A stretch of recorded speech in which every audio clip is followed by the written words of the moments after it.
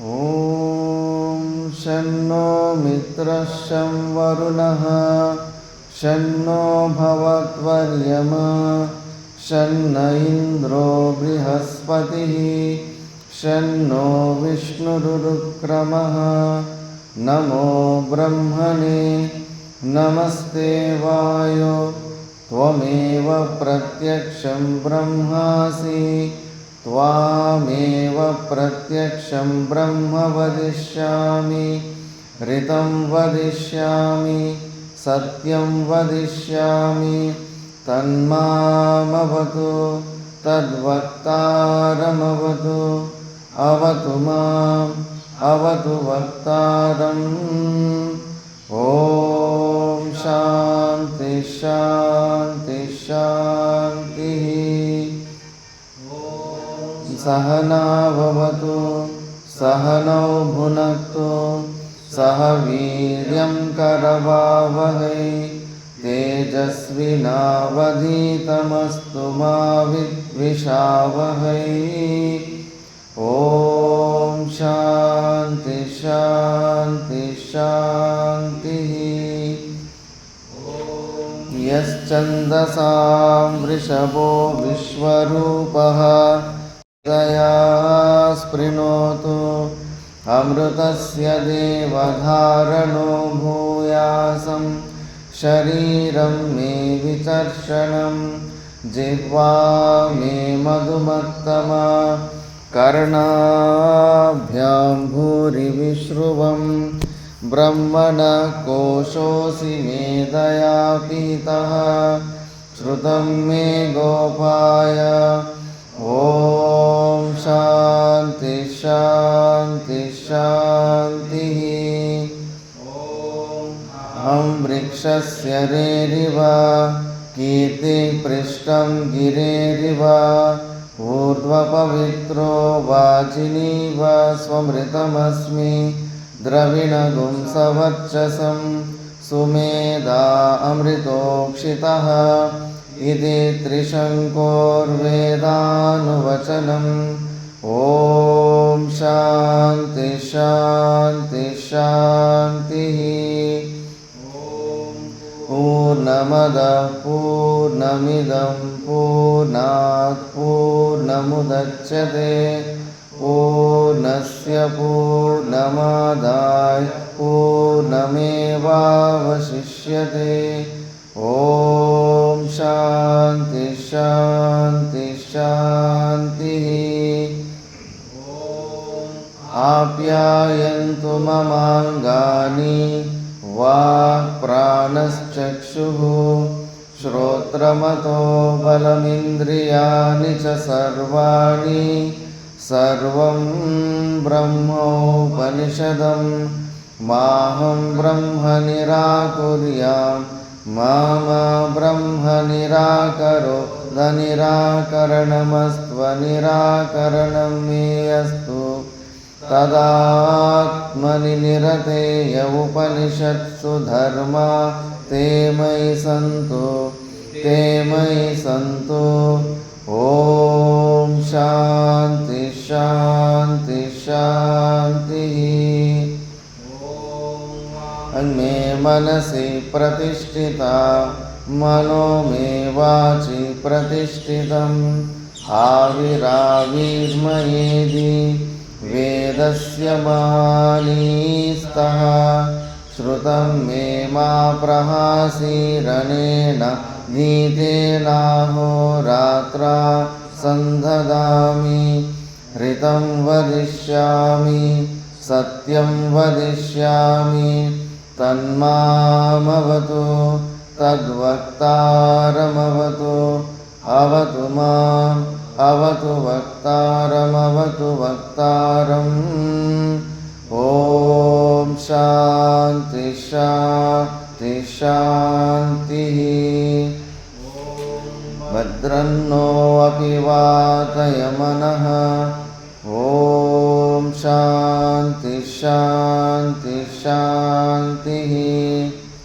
ॐ भद्रं कर्णेभिः शृणुयाम देवाः भद्रं पश्येमाक्षभिर्यजत्राः स्थिरैरङ्गैः स्तुष्ट्वागुंसस्तनूभिः व्यशेम देवहितं यदायुः स्वस्ति न इन्द्रो वृद्धश्रवाः स्वस्ति न पूषा विश्ववेदाः स्वस्ति नस्तार्क्ष्यो वरिष्ठनेमिः स्वस्ति नो बृहस्पतिर्ददातु।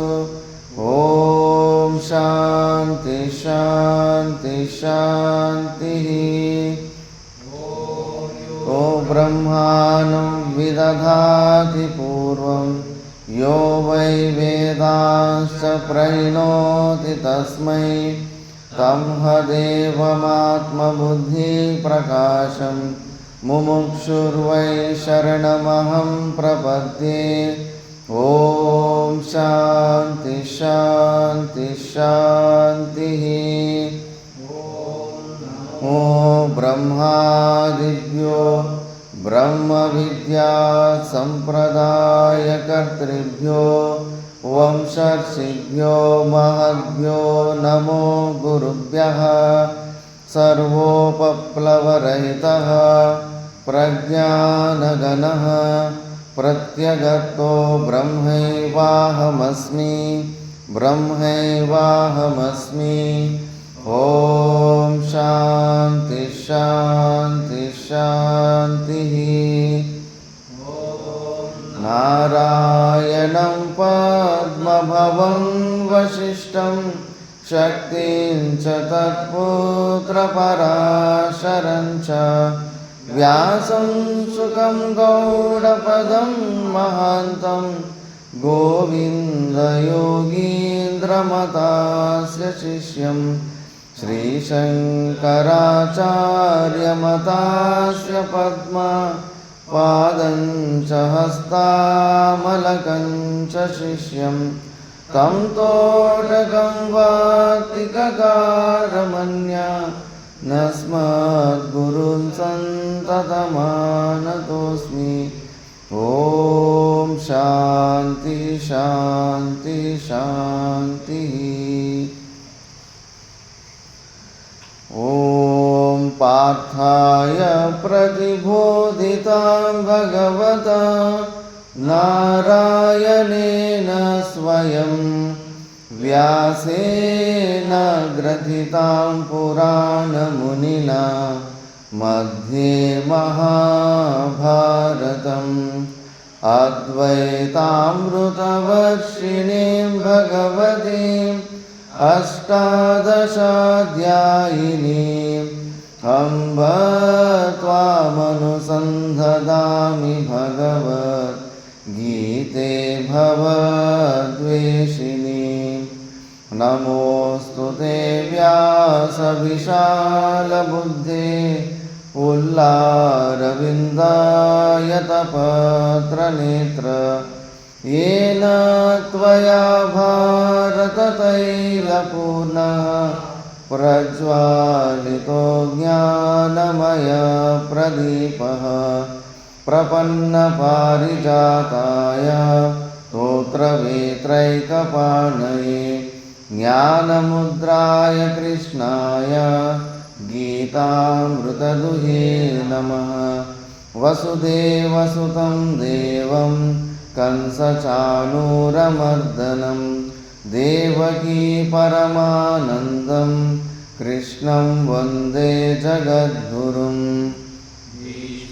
द्रोणतटा जयद्रथजला गान्धारनीलोत्पला शल्यग्राहवती कृपेण वहनी कर्णेन वेलाकुला। अश्वत्थामविकर्णघोरमकरा दुर्योधनावर्तिनी सोत्तीर्णा खलु पाण्डवैरननदी कैवर्तकः केशवः। पाराशर्यवचः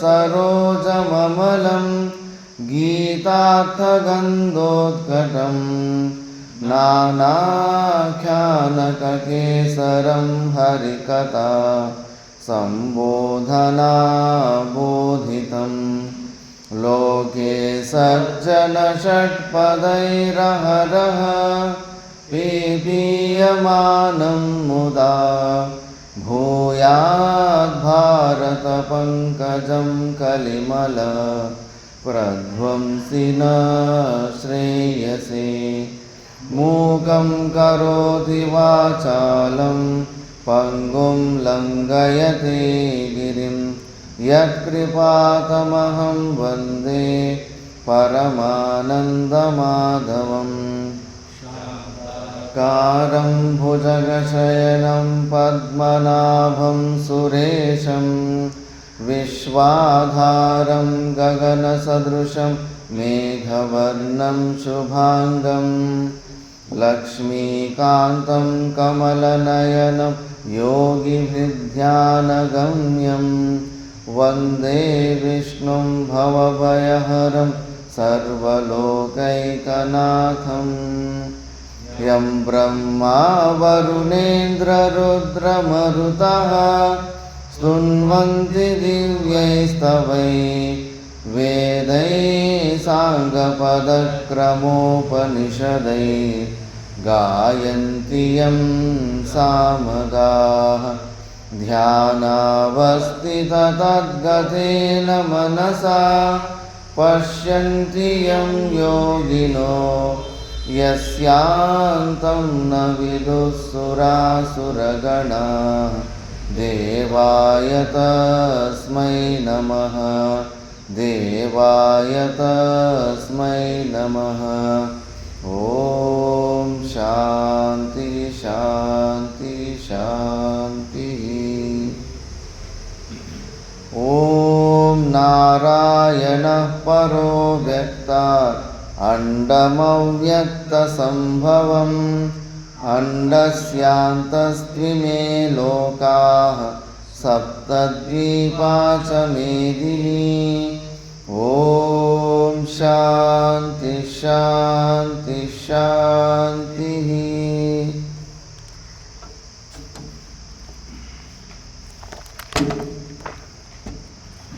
ನಾವು ಭಗವದ್ಗೀತೆಯ 2ನೇ ಅಧ್ಯಾಯ ಸಾಂಖ್ಯಯೋಗದ ಬಗ್ಗೆ ವಿಚಾರ ಮಾಡ್ತಿದ್ವಿ. ಈ ವಿಚಾರದಲ್ಲಿ 11ನೇ ಶ್ಲೋಕದ ಭಾಷ್ಯದ ಮೇಲೆ ನಾವು ವಿಚಾರ ಮಾಡ್ತಾಯಿದ್ದೀವಿ. ತುಂಬ ಇಂಪಾರ್ಟೆಂಟ್ ಆದಂಥ ಭಾಷ್ಯ ಇದು.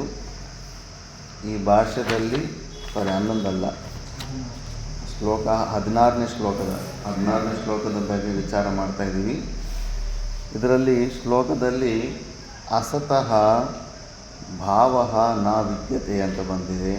ಅಸತ್ತು ವಸ್ತುವಿನ ಯಾವತ್ತೇ ಆಗಲಿ ಅದು ಭಾವರೂಪಕ್ಕೆ ಬರೋದಕ್ಕೆ ಸಾಧ್ಯ ಇಲ್ಲ ಅಂದ್ಬಿಟ್ಟು.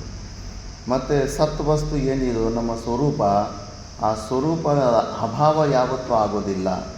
ನಮ್ಮ ನಿಜವಾದ ಐಡೆಂಟಿಟಿ ಏನಿದೆಯೋ, ನಿಜವಾದ ನಮ್ಮ ಅಡ್ರೆಸ್, ನಿಜವಾದ ಹೆಸರು, ನಮ್ಮ ನಿಜವಾದ ಅಡ್ರೆಸ್ಸು, ನಿಜವಾದ ಹೆಸರು ಸಚ್ಚಿದಾನಂದ ಸ್ವರೂಪ ಅವಸ್ಥಾತ್ರಯ ಸಾಕ್ಷಿ ಸನ್ ಪಂಚಕೋಶ ವಿಲಕ್ಷಣ ಸಚ್ಚಿದಾನಂದ ಸ್ವರೂಪ ಅಂದ್ಬಿಟ್ಟು. ಇದು ನಮ್ಮ ಒರಿಜಿನಲ್ ಹೆಸರು ಅದೇ, ಅಡ್ರೆಸ್ಸು ಅದೇ. ಹೆಸರು ಅಡ್ರೆಸ್ಸು ಎರಡು ಒಂದೇ. ಇದು ನಮ್ಮ ಒಂದು ಏನು ಸ್ವರೂಪ ಇದೆಯೋ ಇದರ ಅಭಾವ ಯಾವತ್ತಿಗೂ ಆಗೋದಿಲ್ಲ. ಆ ಸ್ವರೂಪದಿಂದ ಯಾವತ್ತೂ ನಾನೊಂದು 10 ದಿವಸ ಇಲ್ದಿರಾಗೋಗ್ಬಿಟ್ಟಿದ್ದೆ, ಮತ್ತೆ ಬಂದುಬಿಟ್ಟೆ ನಾನು ಅಂತ ಆ ಥರ ಅನುಭವ ಯಾರಿಗೂ ಇಲ್ಲವೇ ಇಲ್ಲ. ಮತ್ತು ಈ ಎರಡು ಅಸತ್ತು ಮತ್ತು ಸತ್ತಿನ ವಿಚಾರ ಯೋಗಿಗಳಾದಂಥವರು, ಜೀವನ್ಮುಕ್ತ ಪುರುಷರು, ಎರಡುಗಳ ಅಂತ ಅಂದರೆ ಎರಡುಗಳ ಸಾರ ಕಂಪ್ಲೀಟಾಗಿ ಪ್ರಾಕ್ಟಿಕಲ್ಲಾಗಿ ಶಾಸ್ತ್ರದಲ್ಲೂ ಅವರು ಕೇಳಿ ಮತ್ತು ಅನುಭವ ರೂಪದಲ್ಲೂ ಕೂಡ ಪ್ರಾಕ್ಟಿಕಲ್ಲಾಗಿ ಅವ್ರು ನೋಡಿಬಿಟ್ಟಿದ್ದಾರೆ. ಸ್ವಲ್ಪ ಸಾಧನೆಯಲ್ಲಿ ಮುಂದೆ ಸ್ಥಿತಿಗೆ ಹೋದಾಗ ವಿವೇಕಾನಂದರು ಕೂಡ ಅಷ್ಟೇ. ಮುಂಚೆ ಎಲ್ಲ ಇವೆಲ್ಲ ಪ್ರವಚನ ಸತ್ಸಂಗ ಕೇಳಿದ ಮೇಲೆ ವಿಶ್ವಾಸನೇ ಆಗೋದಿಲ್ಲ. ಇಷ್ಟು ಗಟ್ಟಿಗೆ ಕಾಣಿಸ್ತಾ ಇರೋ ಪ್ರಪಂಚ ಇಲ್ಲವೇ ಇಲ್ಲ ಅಂದರೆ ಹೇಗೆ ನಂಬಕ್ಕಾಗುತ್ತಂತ ಸಿಕ್ಕಾಪಟ್ಟಿ ತರ್ಕ ಮಾಡ್ತಾ ಇರ್ತಾನೆ. ಮೊದಲೇ ಲಾಯರ್ ಮಗ ರಾಮಕೃಷ್ಣ ಪರಮಹಂಸನ ವಿಪರೀತವಾಗಿ ಪ್ರಶ್ನೆಗಳ ಮೇಲೆ ಪ್ರಶ್ನೆಗಳು ಕೇಳ್ತಾ ಇರ್ತಾರೆ. ಎಷ್ಟು ಸತಿ ನಾವು ಓದಿದ್ರೂ ಕೂಡ ಮನಸ್ಸು ಮಾತ್ರ ಒಂದು ಸತಿ ಅದು ಹೆಂಗೆ ಕಾಣಿಸ್ತಾ ಇರಲಿ ಜಗತ್ತು ಇಲ್ಲವೇ ಇಲ್ಲ ಅಂತಾರೆ. ಇಷ್ಟು ಗಟ್ಟಿಗಿರೋ ಸಾಲಿಡಾಗಿರೋ ಜಗತ್ತು ಇಲ್ಲ ಅಂದರೆ ಹೆಂಗೆ ನಂಬೋಕ್ಕಾಗುತ್ತೆ ಅಂತ ಮತ್ತೆ ಮತ್ತೆ ಮತ್ತೆ ಮತ್ತೆ ಮನಸ್ಸು ಅದೇ ಬರ್ತಾ ಇರುತ್ತೆ. ಅದಕ್ಕೆ ಇವನು ಹಿಂಗಲ್ಲ ಅಂದ್ಬಿಟ್ಟಿದ್ದೂ ಹತ್ರ ತಂದುಬಿಟ್ಟಿದ್ದೂ ಸ್ವಲ್ಪ ಕಾಲ ತನಕ ಅದು ಸಮಾಧಿ, ಜಡ ಸಮಾಧಿನೇ ಆಗಿರುತ್ತೆ, ಜ್ಞಾನಪೂರ್ವಕವಾದ ಸಮಾಧಿ ಆಗಿರಲ್ಲ. ಕೂಡಿಸ್ಬಿಟ್ಟಿದ್ದೂ ಆ ಮೆದುಳು ಮಧ್ಯದಲ್ಲಿ ಸ್ವಲ್ಪ ಒತ್ತಿ, ಕಾಲದ ಹೆಬ್ಬಟ್ಟಲಲ್ಲಿ ಒತ್ತಿದ್ದಾರೆ ಅಂತ ಕೆಲವರು ಅಂತಾರೆ. ಹಿಂಗೋ ಒತ್ತಿ ವಿವೇಕಾನಂದನಿಗೆ ಅನುಭೂತಿಯನ್ನು ಪ್ರಾಕ್ಟಿಕಲಾಗಿ ತೋರಿಸ್ತಾರೆ. ಸುತ್ತಮುತ್ತ ಇರೋ ಗೋಡೆಗೆ ತಗಲಾಕಿರೋ ಗಡಿಯಾರ, ಏನೆಲ್ಲ ವಸ್ತುಗಳು ರೂಮಲ್ಲಿ ಸುತ್ತ ಕಾಣಿಸ್ತಾ ಇತ್ತು, ಹಿಂಗೆ ತಿರುಗುತ್ತಾ ಹೋಗ್ಬಿಟ್ಟು ಎಲ್ಲ ತನ್ನ ಒಳಗಡೆ ಲಯ ಆಗಿಬಿಡ್ತಾ ಇರುತ್ತೆ. ಕಿರ್ಚಿಬಿಡ್ತಾನೆ ವಿವೇಕಾನಂದ. ಅಯ್ಯೋ ಸ್ವಾಮೀಜಿಗಳೇ, ಏನು ಮಾಡ್ತಾಯಿದ್ದೀರಾ?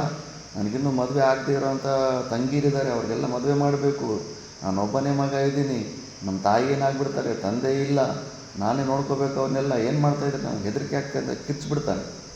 ಯಾಕಂದರೆ ಎಲ್ಲ ಶೂನ್ಯದಲ್ಲಿ ಲಯ ಆಗಿಬಿಡ್ತಾ ಇರುತ್ತೆ.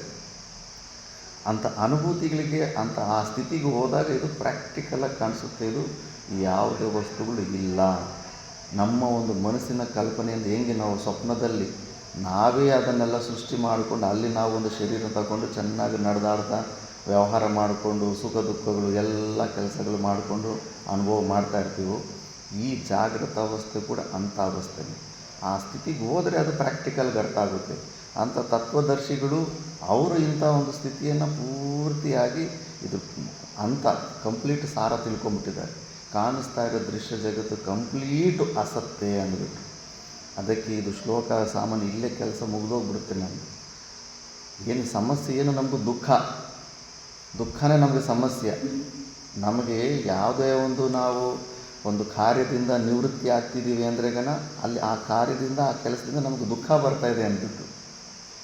ಆ ದುಃಖ ವಾಸ್ತವಿಕವಾಗಿ ಇಲ್ಲವೇ ಇಲ್ಲ ಅಂತ ಫಸ್ಟು ಶ್ಲೋಕದಲ್ಲಿ ನೋಡಪ್ಪ ನಿನ್ನ ಸಚ್ಚಿದಾನಂದ ಸ್ವರೂಪ ಅಂತ ಸ್ವರೂಪದ ಜ್ಞಾನ ಕೊಟ್ಟುಬಿಟ್ರು.